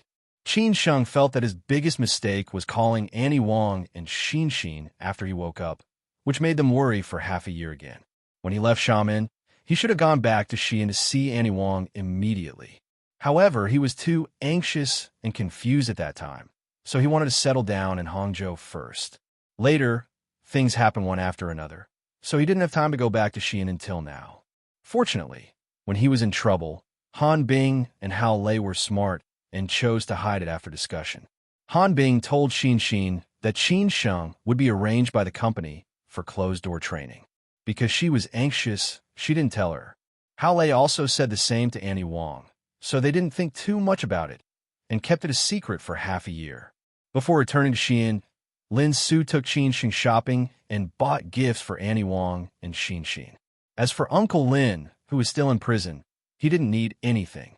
Qin Sheng planned to take Lin Su to see him. This time, Qin Sheng didn't call Annie Wang and Xin Xin in advance. Even when Xin Xin called him last night to ask when he would come back, Qin Sheng said that he was a little busy recently and would go back after finishing his work. At that time, Xin Xin was so angry that she hung up the phone. When the plane landed at Xianying International Airport, it was already evening. Qin Sheng seemed to smell the barbecue in the air. He was really craving the barbecue in Xi'an, which was the most delicious thing in life. To be honest, the barbecue in Hangzhou really didn't taste good. And the shabby roadside skewers, the two of them couldn't eat more than 100 yuan. Compared with the coastal cities, this former capital of 13 dynasties was still a little backward. Many people were still in the glory of the past. But it was said that the municipal party secretary had been changed recently, and the economy was catching up. Qin Sheng liked the vitality of this old capital. As for whether it could restore the glory of the past, he didn't know. But times were moving forward, and no one could be sure of many things, especially the things that would happen in decades or hundreds of years. This was not the first time Lin Su had come to Xi'an. She had traveled here before. After all, the reputation of the 4 ancient capitals attracted many tourists every year. Many people wanted to pursue the golden age of the Zhou, Qin, Han, and Tang dynasties. However, if tourists who really liked history came to Xi'an, this city would definitely not disappoint them. Lin Su had visited most of the scenic spots in Xi'an. She stayed in Xi'an for a week, from the terracotta army of Mount Hua in the east to the Famen Temple in the west, from the mausoleum of the Yellow Emperor in the north to the blessed land of the Zhongnan Mountains in the south. In just a week, she almost didn't stop and felt the precipitation of this city. He made an appointment with Didi in advance. The taxi market in Xi'an was very messy, especially at the train station and the airport. Tourists from other places were easily cheated, which was rare in many provincial capitals. If a ruler wanted to be recognized in a city, in addition to developing the necessary economy, the people's livelihood was the most direct problem. Unfortunately, there are too many people who did not do anything. Home is always home. I came to this city when I was 6 and went to Shanghai when I was 19. I have stayed in this city for 13 years. Although I was not born here, I have long regarded Xi'an as my home. In the future, this will only be my home. Sitting in the Didi on the way back to the city, Qin Sheng and Lin Su looked at the night view outside the window and seemed to be chatting casually. Lin Su held Qin Sheng's arm tightly and leaned on his shoulder. In this strange city, Lin Su was more dependent on Qin Sheng. She felt somewhat uneasy. Although Annie Wang was only Qin Sheng's adoptive parents, they treated Qin Sheng as their own son. Therefore, Lin Su was not very confident when she went back to Xi'an to meet his parents.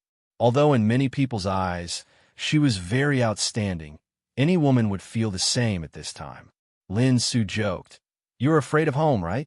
"That's true. After graduation, the number of times I go back to Xi'an is getting less and less.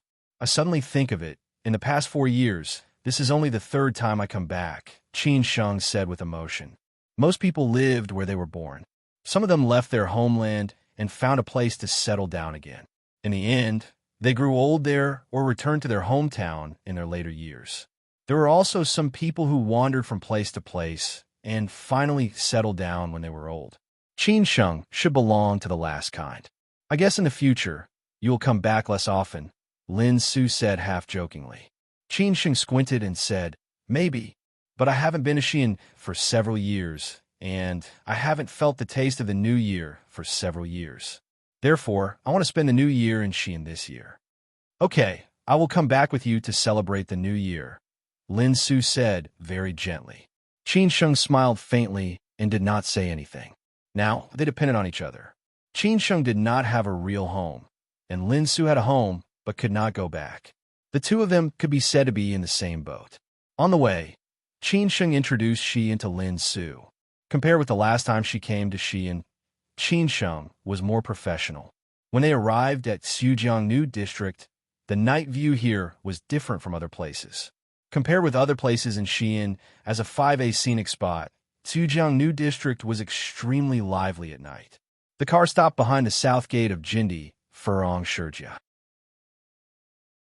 Qin Sheng and Lin Su dragged their luggage and walked in. The security guard at the gate still remembered Qin Sheng. After a polite greeting, he let Qin Sheng in. On the way to the community, Lin Su was a little nervous and said, "What if Annie Wang and Xin don't like me? How is it possible? You are so excellent." Annie Wang must be secretly smiling, Qin Sheng said with relief. Lin Su then said, "Is it appropriate to stay in your house for the first time when I meet your parents? Or I will stay in a hotel?" Last time when Han Bing came, she stayed directly at home. If Qin Sheng let his real girlfriend stay in a hotel, he would definitely feel guilty. Qin Sheng did not expect that Lin Su, who was very smart in the past, was a little restless at this time. He said helplessly, "You are so long-winded. Listen to me, or I will sell you to an old bachelor in Qinling. Are you willing to do that?" Lin Su covered her mouth and smiled. When they went downstairs, Qin Sheng took a few deep breaths and pressed the door lock. However, after several times, no one opened the door. Qin Sheng estimated that Annie Wang and Xin were definitely not there. He was somewhat disappointed. He wanted to give them a surprise, but he did not expect that it would be difficult to go home. Lin Su, who was next to him, was already smiling like a flower. Qin Sheng had no choice but to call Annie Wang. "Qin Sheng, I haven't called you for a long time," Wang Li complained when the phone was just connected. Although Qin Sheng was raised by the Lin family, and Wang Li also treated Qin Sheng as her own son. After all, he was not her biological son. Qin Sheng did not rely on the Lin family like a biological son. Maybe Qin Sheng was used to being independent. Qin Sheng said with some guilt, "Auntie, I've been too busy recently. By the way, where are you?" "I'm taking a walk with Xin by the South Lake." "What's wrong?" Wang Li said truthfully. These days the weather was not as sultry as a few days ago. So at night, she took Xin for a walk by the South Lake in Sujiang. Qin Sheng did not know whether to laugh or cry. "Annie, I am downstairs in the residential area. Come back quickly. I can't go back without the key." Qin Sheng obviously felt that Annie Wang on the other side of the phone was stunned for a moment. Then she said with surprise, "Really? You are really downstairs in the residential area? Don't lie to me." "Auntie, when did I lie to you? I brought my girlfriend back to see you. I wanted to give you a surprise, but who knew that you were not at home?" Qin Sheng said bluntly. Wang Li was very excited and said, Okay. Wait for me. I will come back with Xin." After hanging up the phone, Wang Li directly pulled Xin back and said, Xin, hurry up, go home with me." "Mom, what's wrong?" "We just came here for a while," Xin muttered. Wang Li replied, "Your brother brought his girlfriend back. They're downstairs in the residential area. Hurry up, don't let them wait for too long." "Really?" Xin said in shock. So the mother and daughter quickly stopped the car and rushed back. Although it was only a 10-minute walk, Wang Li did not want to waste even a minute. Who asked Qin Sheng to come back with his girlfriend this time? But she knew that it was not Han Bing. After all, Xin had told her before that Han Bing was not Qin Sheng's girlfriend. His girlfriend was someone else. Although Wang Li liked Han Bing very much and Han Bing often called them, she could not control Qin Sheng's feelings. The most important thing was that Qin Sheng was of age. She wanted to give Qin Sheng a baby as soon as possible. But Xin was still young and had to wait for a few years. When Wang Li and Xin hurried back to the residential area, they felt very embarrassed when they saw Qin Sheng and Lin Su sitting on the bench downstairs with their luggage. Wang Li quickly said, "Oh, I am so sorry to let you wait for so long." "Auntie, it's not your fault. I didn't tell you in advance," Qin Sheng said after he said to Lin Su. Wang Li ignored Qin Sheng and focused all her attention on Lin Su, who was so beautiful that she was a little envious. In order to meet her future mother-in-law, Lin Su had dressed up meticulously today, but she did not put on heavy makeup. Instead, she chose the bare-face style that was most suitable for her, which would make anyone's eyes light up. "This must be Lin Su," Auntie Wang said with a smile in her eyes. Qin Sheng's girlfriend stood next to her Xin. She felt that Xin was like a village girl who had never seen the world. She really did not know what luck Qin Sheng had to be able to find such a girlfriend. Previously, Han Bing had already amazed her. Today, his real girlfriend, Lin Su, shocked her even more. "Hello, Auntie," Lin Su greeted politely. Wang Li quickly held Lin Su's hand. She looked like a mother-in-law who found her daughter-in-law more and more pleasing to the eye. She said, Good. This daughter is really beautiful. Our Qin Sheng is not worthy of you. Let's go, it's hot outside." Wang Li directly walked in front with Lin Su.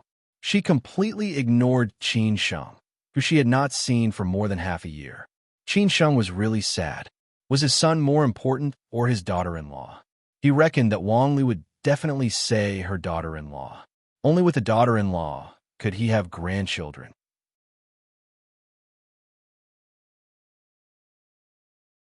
Chapter 244. What do you know? I hope everyone can go to the cinema to support the movie 22, a documentary about the remaining 22 comfort women. Some history should not be forgotten, but those who have experienced and suffered are gradually dying. To us, it is just a piece of history. To them, it is a piece of suffering. Even a big boss like Qin Chang'an was satisfied with a daughter-in-law like Lin Su. How could Wang Li not like her? Who wouldn't want a daughter-in-law who was beautiful and elegant? It would make them look good, and their grandchildren would have good genes in the future. The mother-in-law and daughter-in-law walked in front hand in hand. Wang Li asked about their well-being, and Lin Su chatted with her mother-in-law obediently. Qin Sheng pulled Qin Sheng and Xin to walk behind bitterly. Xin said very impolitely, "You are finally willing to come back. Playboy?" Qin Sheng snorted. How can you say that? Did I dote on you for so many years for nothing? Did I say anything wrong? Isn't Sister Su Qin good? You met Sister Han Bing and abandoned her. Isn't Sister Han Bing good? You had this vixen and abandoned her. Aren't you a playboy? Do you still remember that you have a sister? Do you know that during the 2 years you disappeared, Sister Su Qin has been taking care of me and often came to see my mother?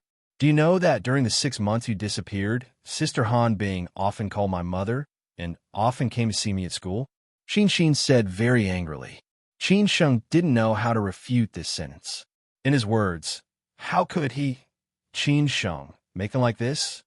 Qin Sheng said a little awkwardly. Qin Xin directly interrupted Qin Sheng and said, I don't want to listen to your excuses. This is your business, not mine. I can't control it. I just want to ask you, do you have conscience? After saying this, Qin Xin directly walked into the hall. It was already very difficult for her to accept Han Bing.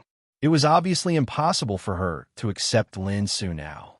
Qin Sheng let out a long sigh. How could he explain that this girl was so incomprehensible to him? When Qin Sheng caught up and walked into the elevator, Wang Li and Lin Su were waiting. Wang Li muttered, What are you two mumbling about behind us? Xinxin said unhappily, Nothing. From the beginning to the end, she did not greet Lin Su at all. Her joy of seeing Qin Sheng again disappeared without a trace because of Lin Su's existence. She felt that Qin Sheng liked the new and got tired of the old. Maybe he would change girlfriends in the future. He really didn't know what kind of luck he had to be able to make so many beauties fall in love with him. After returning to the Lin family, Wang Li, the mother-in-law, had a bright smile on her face.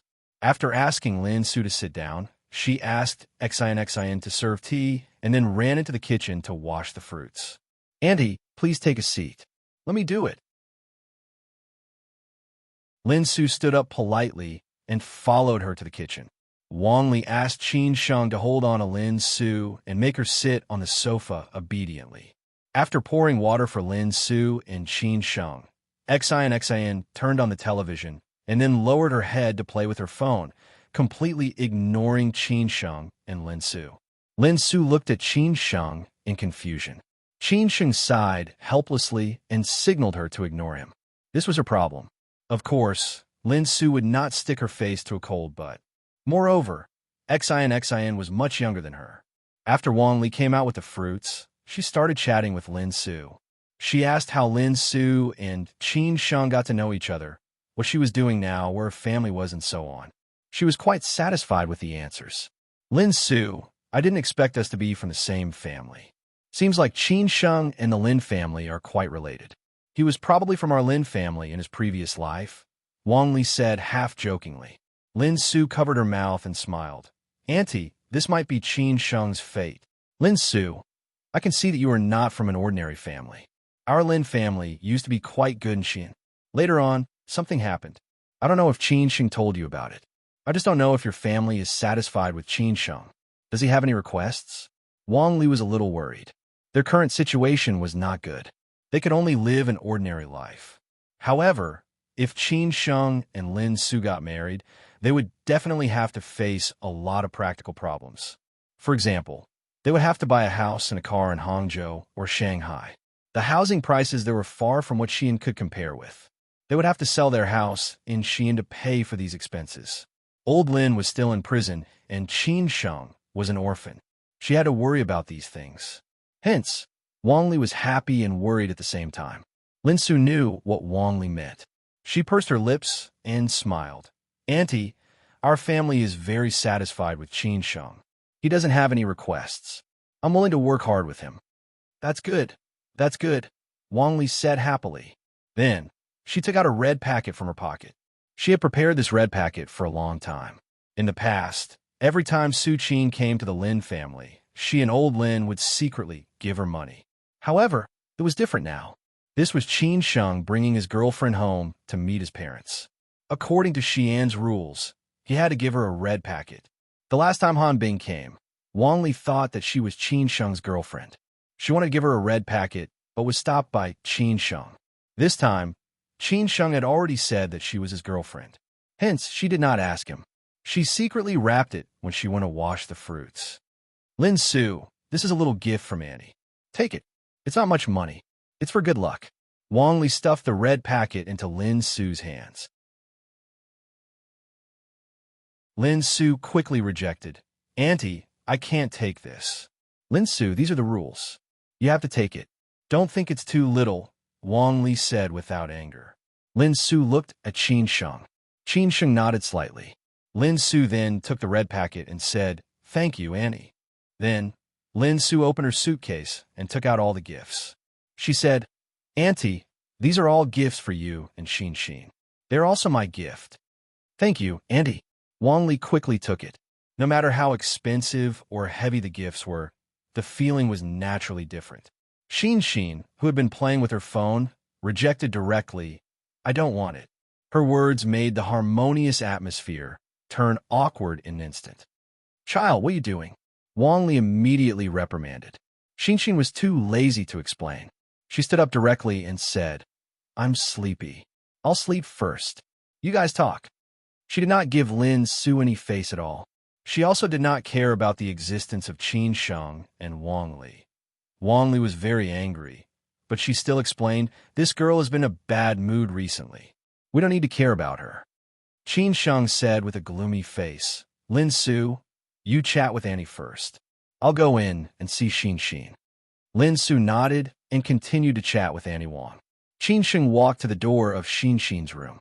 He lightly knocked on the door a few times, but there was no response from Xin Xin. Qin Sheng tried and found that the door was not locked from the inside. He directly pushed the door open and entered. What's the matter? Xin Xin, who was lying on the bed and hugging the big black bear, snorted coldly. Qin Sheng bought the black bear for her with the money he earned during the summer vacation of his freshman year. It had been with her for 6 or 7 years. Qin Sheng originally wanted to be polite, but seeing Xin Xin's attitude, he instantly felt defeated and angry. He felt that Xin Xin was no longer a child, so there was nothing to hide.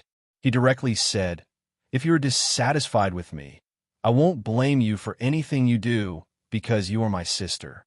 But I don't want you to treat Lin Su like this. Oh, you can't help it anymore? Xin Xin mocked. Qin Sheng said firmly, Lin Xian, many things are not what you think they are. What do you know? What you see is always one-sided. Do you understand my life? Do you know what I've been through these years? Do you know the story between me and them? You don't know anything. Then what right do you have to criticize me? It seemed that Qin Sheng had not lost his temper at Xin Xin for a long time. It was rare to see him call Lin Xian so seriously. He had always doted on Xin Xin. Even if she made a mistake, he would take the initiative to take the blame. But today, he did not want Xin Xin to be so willful. You are angry at me because of her? Xin Xin was a little surprised, and tears came out immediately. Qin Sheng did not comfort her.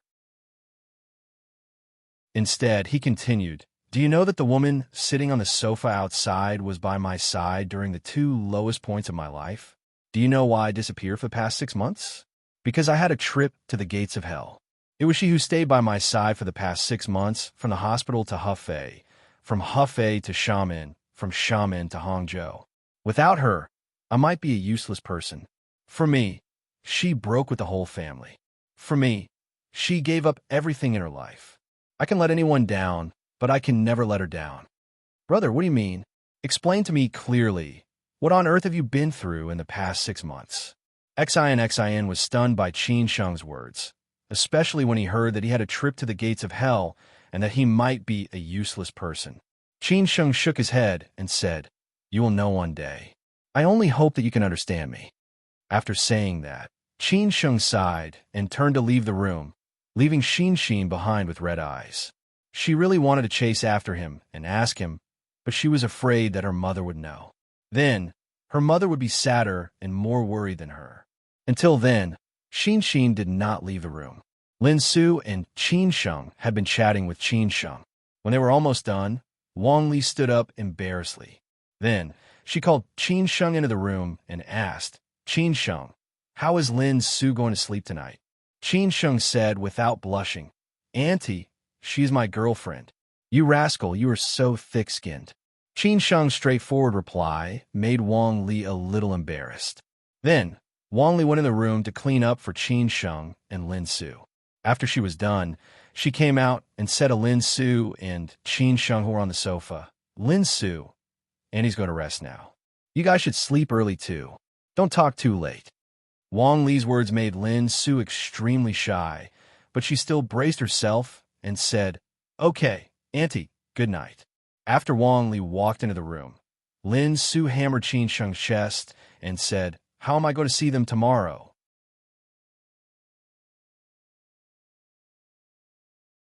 Chapter 245. Who was that beauty? No matter if it was a man or a woman, when they met each other's parents for the first time, they would be very restrained and cautious, for fear that the parents would be dissatisfied with them. It was because they cared that they would be like this. If they did not care, then it did not matter. That night, Lin Su lay on Qin Sheng's bed and hugged him tightly. Feeling Qin Sheng's breath, she fell asleep unknowingly. She felt that she had slept very soundly, even more soundly than her own apartment in Shanghai. Perhaps it was because she was used to having Qin Sheng by her side. The next morning, Qin Sheng got up when the sky was slightly bright. He did not dare to wake her up. He wanted her to sleep a little longer. When he finished washing up and came out, Wang Li was already cooking porridge in the kitchen. "Why didn't you sleep a little longer? Why did you wake up so early?" Wang Li was a little surprised. Although she knew that Qin Sheng had a very regular schedule since he was young, sleeping early and waking up early, never sleeping in or staying up late. After all, she had not lived with Qin Sheng for a few years and did not know his lifestyle.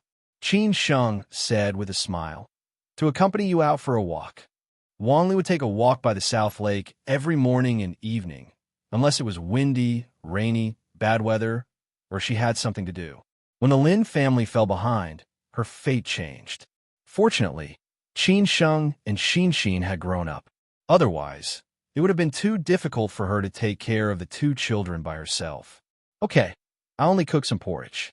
I could buy some breakfast on the way back," Wang Li said with a smile. It was rare for Qin Sheng to be so filial. Even in the early morning, the South Lake of Tsujiang was very lively. There were many uncles and aunties doing their morning exercises. Young people were rarely seen. They were basically above 40 or 50 years old. Qin Sheng walked with Wang Li at a moderate pace, looking at the passers-by's emotions. Inadvertently, he saw the white hair on Annie Wang's head and the wrinkles on her face. These few years, Annie Wang had really aged. Qin Sheng could not help but sigh. "Auntie, these few years I was basically not here. I let you suffer a lot. In the future, I will not disappear for no reason anymore. I will come back to see you often. I can also take care of Xin Xin in Shanghai, so you don't have to be so tired anymore. Just take good care of yourself. Go out when you have nothing to do. As for Uncle Lin's matter, when I have a certain level of ability, I will definitely help Uncle Lin clear his name." Hearing Qin Sheng's words, Wang Li was stunned for a moment. Then, she said in a very gratified manner, "Qin Sheng, you've really grown up. Since young, you've been smarter and more independent than others. Annie knows that you're not someone who's content with your place. Although Annie doesn't know about your life outside, and Annie can't help you with anything now, as long as you need help, you can call Annie anytime." Qin Sheng said very sincerely, "Auntie, I know you worry a lot about me. I'm no longer the silent child I used to be. It's my turn to take care of you in the future." His words warmed Wang Li's heart. She smiled happily and said, "What Annie is most worried about now is when are you planning to get married and where are you going to settle down? Although Lin Su said so, we can't let her suffer. At least she has to have a place to stay. Although Annie doesn't have much ability, I can still help you gather the down payment. It's enough for you to get married. Back then, Lin Su gave me and Xin Xin a way out. It was for your future. Don't tell Xin Xin about this." Wang Li's words made Qin Sheng feel really ashamed. For so many years, the Lin family had treated him like their own son. How had he ever repaid the Lin family? "Auntie, you don't have to worry about these. I don't have many jobs now. With the help of my grandfather's old friend, I've already become the vice president of a group. My annual salary is more than $1 million. It won't be long before I can buy a car and a house. Qin Sheng was afraid that this matter would really become Annie Wang's worry, so he had to tell her the truth. Wang Li was shocked after hearing it. Really? Qin Sheng, is what you said true? You're not lying to me, are you? You've really become the vice president, and your annual salary is more than $1 million? Qin Sheng continued. Auntie, I definitely won't lie to you. When you have time, go to Hangzhou for a vacation, and you'll know. Okay. Annie knew that you would have a bright future. If your Uncle Lin knew about this, he would definitely be very happy, Wang Li said incoherently. After she calmed down, Wang Li said casually, Qin Sheng, there's something that I don't know if I should say or not. Andy, what's the matter? Just say it, Qin Sheng said, not minding. Wang Li sighed and said, Qin Sheng, I'm old and I don't understand the emotional world of you young people. However, I still hope that you can keep your heart in check. Lin Su is a good girl. I can see that she likes you very much. I hope that you don't let her down. I won't talk about the past. Su Qin and Han Bing are both good girls. You and Su Qin have been together for so many years. We're like a family with the Su family. Later on, you guys split up. Every time I see the Su family, I feel a little embarrassed. And Han Bing, she often calls me and asks about me. I'm also very embarrassed. Auntie, there are some things that I don't want to explain. But don't worry this time, I won't let Lin Su down, Qin Sheng said, gritting his teeth. Wang Li nodded silently and said, That's good. After a stroll at Nanhu, they bought breakfast and came back. Xin and Lin Su had not woken up yet, so Wang Li asked Qin Sheng to wake them up. Qin Sheng knocked on Xin's door first and only responded after a few shouts. When he reached his room, he pushed the door open and entered directly. What surprised him was that Lin Su had already woken up. She had already washed up and changed her clothes. She was dressed neatly and was looking around the room. I thought you weren't up yet, Qin Sheng said with a chuckle. Lin Su smiled and said, You don't mind if I look through the things in your room, do you? You're my wife. Everything I have belongs to you. You have the right to know everything about me. What's there to mind?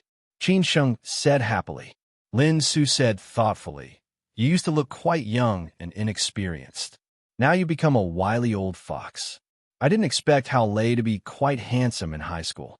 It's just that he's growing older now. Qin Sheng knew that Lin Su had seen the photo of their high school graduation. That was their best time.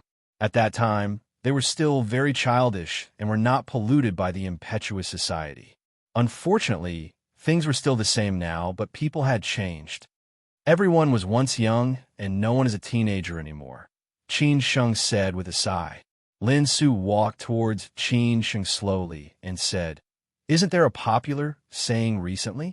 I hope you can still be a teenager when you leave for half of your life. Unfortunately, this is just an ideal. Who can still be a teenager after half of their life? Not forgetting the original intention is what everyone wants, but who can keep the original intention?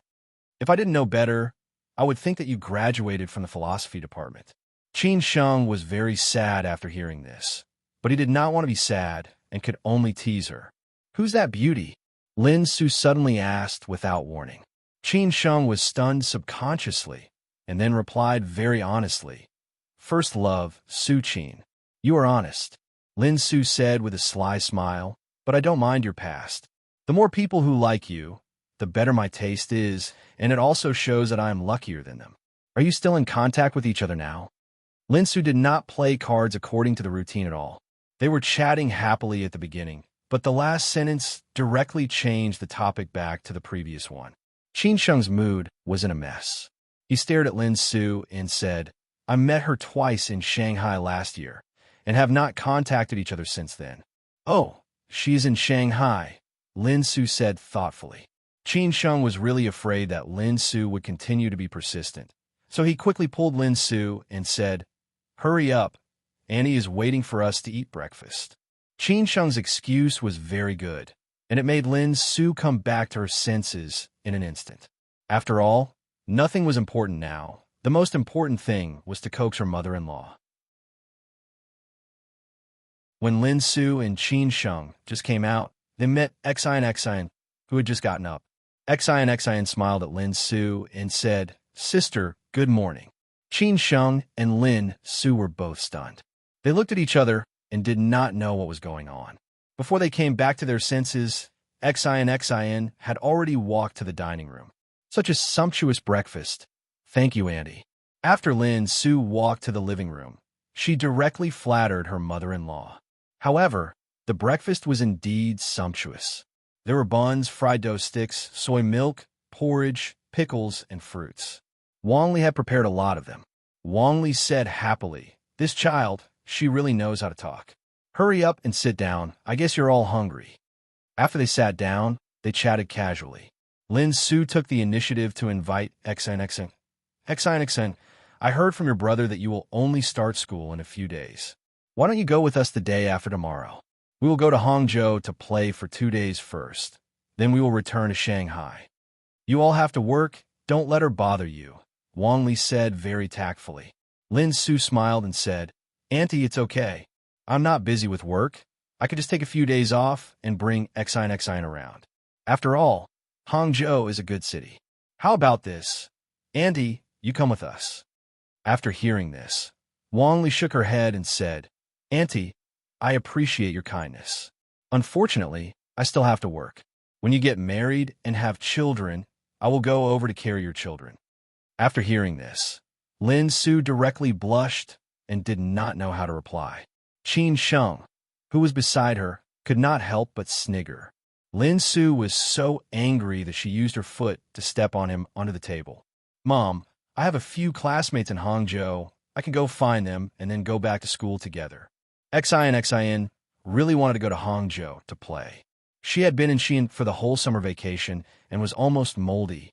Qin Sheng followed closely and said, Auntie, just let Xin go to Hangzhou with us. I have not been with this girl for a long time. It is a good time to make it up to her. All right, since you have said so, I will be too unreasonable if I don't let her go. Wang Li nodded and said. She was more or less reluctant to let her precious daughter go. She reminded Xin, in Hangzhou, you have to listen to your brother. Don't cause trouble, understand? Mom, I know, I'm not a child, Xin said helplessly while drinking the porridge. After breakfast, Qin Sheng went out with Lin Su. The procedure was similar to the last time when they went back to Xin. They first went to visit their grandfather's grave, then went to see Lin Su. Just when Qin Sheng and Lin Su went out, Mengzhi called and said that he wanted to treat him to dinner. Qin Sheng was puzzled as to why this guy was so well-informed. Later, he found out that it was Hao Lei who told him.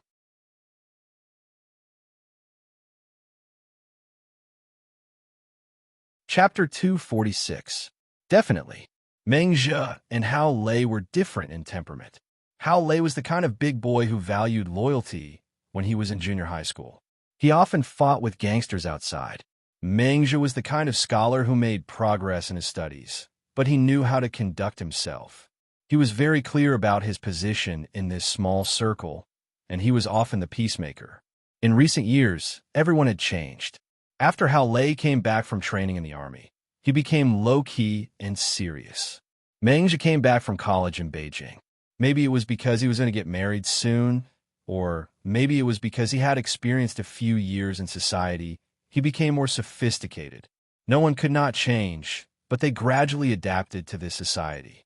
After all, people had to find the most comfortable position to live. Qin Sheng did not know the reason behind Mengzhi's initiative to ask him out. He still treated Mengzhi as a good friend, although they contacted less and less, unlike him and Hao Lei. Qin Sheng drove straight to Zhongnan Mountains with Lin Su. The noon sun made the weather a little stuffy, but the temperature at the foot of Zhongnan Mountains was cool and comfortable. Every summer, many people went to the mountains to avoid the heat. After parking the car, Qin Sheng and Lin Su carried things to the grave of the old master. These things were bought on the way. Except for incense paper and fruits, there was naturally the old master's favorite sheafing 375. This is the place where my grandfather rests, Qin Sheng said, pointing to the inconspicuous mound in front of him. Lin Su was a little shocked. It seemed that in her heart, she had always thought that old Master Qin was a kind of unworldly master. After all, she had heard many interesting things about the old master from Qin Sheng. How could he be buried in such an ordinary place after his death? Are you very surprised? Qin Sheng saw Lin Su's expression and chuckled. Lin Su answered honestly, a little surprised. The old master likes peace. He found this acupuncture point himself. I can't tell whether it's good or bad. He said that I can only erect a tombstone for him after I get married and have children. You may not believe this, but I don't even know his name until now. Qin Sheng said helplessly. Lin Su said thoughtfully, the old master is not an ordinary person. Qin Sheng said earnestly, I knew he was not ordinary since I was young. Many things that I thought were ordinary when I was young, but now I think about it. Some people can't even reach the level of one thing he did in their whole lives. So I really want to know everything about Grandpa and about my life experience. This feeling is getting stronger and stronger. Lin Su nodded gently and said, You will definitely know. Let's not talk about this. Let's have a good chat with the old man, Qin Sheng said with a faint smile. He placed the fruits on the grave and lit up the incense paper. After the incense had burned out, he sprinkled a bottle of 375 on the grave and knelt down. Lin Su did not hesitate and knelt down in front of the grave. She did not mind dirtying her expensive dress at all. Grandpa, I brought my wife back to see you, Qin Sheng said directly. Lin Su, who was beside him, said softly, Grandpa, my name is Lin Su. I'm very lucky to have met Qin Sheng and be with him. I've heard a lot about the past from Qin Sheng. I know that you must be worried about Qin Sheng. So, Grandpa, you can rest assured. I'll take good care of Qin Sheng in the future. Grandpa, I'm a good-for-nothing. It's been so long since I came to see you. A lot of things have happened in the past 6 months. I've made it through the blessings that I've saved for you. Otherwise, we would have met decades earlier, Qin Sheng said with great interest. I'm just talkative. You know that I'm not a decent person. But Grandpa, I'm very grateful for the road you paved for me. Without you, I might have lost my life. But Grandpa, don't worry. As long as I'm still alive, I'll work hard. One day, I'll be outstanding. I won't bring shame to you and the Qin family. The two of them stood up at the same time. Qin Sheng did not intend to leave. He continued, Grandpa, although you have been away from me for more than 3 years, your shadow is everywhere in my life. I really want to know about your past and my family background. Although I didn't care about it before, maybe I will know it soon. At that time, I will come to see you again and have a good talk with you. Qin Sheng said, Grandpa, although you have been away from me for more than 3 years, your shadow is everywhere in my life. I really want to know about your past and my family background. After saying that, Qin Sheng was about to leave with Lin Su. Lin Su was surprised and said, You're leaving so soon? Don't you want to stay longer? Grandpa often appears in my dreams. If you want to say something, I'll tell him my dreams. I don't mind waiting for a while, Qin Sheng said casually. But he was a little confused. There were a lot of ashes and unburned incense sticks in front of the grave. The nearest one was still stuck in the grave. Even the weeds had been cleaned up. Who on earth had come to see Grandpa? Annie Wang and Xin Xin should have come. The old Taoist priest of Leguantai should have also come. Maybe Hao Lei had come on his behalf. After thinking about it, Qin Sheng felt that it didn't matter anymore. He definitely didn't know that Qin Chang'an had come 3 times in the past 6 months. He didn't expect that Su Qin had also come twice. The latest time was yesterday. Lin Su nodded and then said to the grave, Grandpa, then we'll go first. I'll come to see you next time. When they left Zhongnan Mountains, Qin Sheng said in a low voice, If there's a chance, I'll show you around Zhongnan Mountains. I'm very familiar with this mountain. We're like old friends. There are many old friends of Grandpa and me here. Next time when I come back, I'll take you to see the old house where Grandpa and I relied on each other. I haven't been back for several years. I don't know if the house is still there. Well, okay. Lin Su just nodded and said she would naturally follow Qin Sheng to see his past. When they arrived at the prison, it was already past 3 o'clock in the afternoon.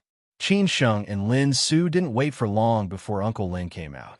He looked good, much better than Qin Sheng had expected. Uncle Lin, Qin Sheng quickly stood up and said, A short time ago, your aunt came to see me and said that you'll come back during this period. I've been waiting. I haven't seen you for more than half a year. I don't know how you're doing. I know that you won't tell your aunt anything. Lin, she said very kindly.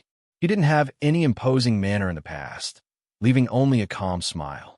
Qin Sheng said guiltily, Uncle Lin, I've made you worry. I did go through a lot in this half a year, but it's all in the past. It's all in the past. I won't ask more. After all, I can't help much. You're a smart kid, you know what to do and what not to do, Lin, she said after sitting down. Then he looked at the graceful beauty beside him and asked, This is Uncle Lin. I almost forgot to introduce you. This is my girlfriend, Lin Su. This time I specially brought her back for you and Annie Wong to meet, Qin Sheng said softly. Lin Su pursed her lips and smiled. Hello, Uncle Lin. Good. Lin, she heard this and smiled from ear to ear. He said, You're Annie Wong, and I were most worried about your personal problems. It seems that we don't have to worry anymore in the future. Ha ha. Lin Su lowered her head and smiled embarrassedly. It could be seen that Uncle Lin was very satisfied with her. Uncle Lin, how are you? Qin Sheng asked. Lin, she sighed and said, It's still the same. It's quite quiet inside, but I'm too free every day. Uncle Lin, wait a little longer. I will definitely let you out. Qin Sheng gritted his teeth and said. This was the biggest worry in his heart at present. If he couldn't help Uncle Lin, he would always feel guilty. Lin, she frowned and said, Qin Sheng, my matter has been closed. Don't make trouble anymore. You work hard outside and help me take care of your Annie Wong and Xin Xin. It was useless for Qin Sheng to say anything more. He had to prove it with practical actions. Uncle Lin, you don't have to worry about Annie Wong and Xin Xin. Everything is fine now. I have the ability to take care of and protect them, Qin Sheng said confidently. Lin, she sighed and said, That's good. The only regret is that I might not be able to attend your wedding. Uncle Lin, you definitely will, Qin Sheng said with his eyes burning. Because the visiting time was limited, Qin Sheng and Lin Su left soon. When they left, they were very reluctant. After all, in more than 3 years, he had only seen Uncle Lin twice, and each time they met for less than half an hour. When they returned to the city, it was almost 6 o'clock.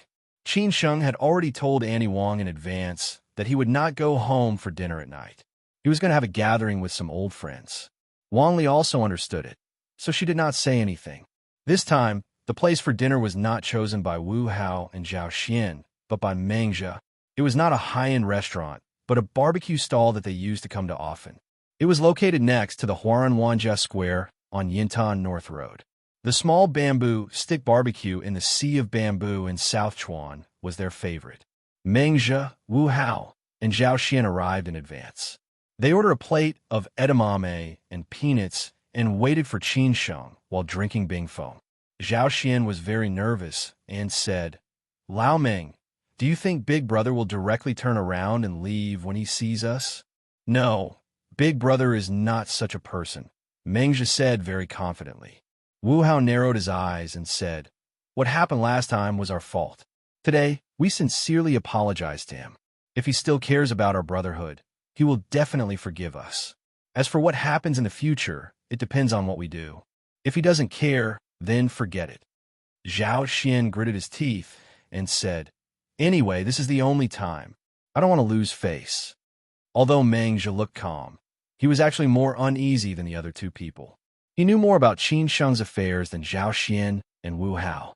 After all, Hao Lei often called him. However, he did not know whether these two people were really willing to lower their heads to Qin Sheng or because of other reasons. More than 10 minutes later, Qin Sheng and Lin Su arrived at Yintan North Road. After parking the car, they went to the place for dinner. When they passed by a convenience store, Lin Su said that she wanted to buy something and asked Qin Sheng to go there first. She would come later. Qin Sheng did not think much and went there first. Anyway, it was very close. After arriving at this food stall, Qin Sheng easily found Meng Zhe's seat. After all, everyone was sitting outside. However, when he saw Wu Hao and Zhao Xian beside Meng Zhe, his face changed slightly immediately. He could not help but think about what Meng Zhe meant. Meng Zhe, Zhao Xian, and Wu Hao all noticed Qin Sheng. They stood up subconsciously and looked at Qin Sheng. You're tuning into the Warrior Lore YouTube channel. Don't forget to subscribe and join us on this journey to catch the most captivating stories.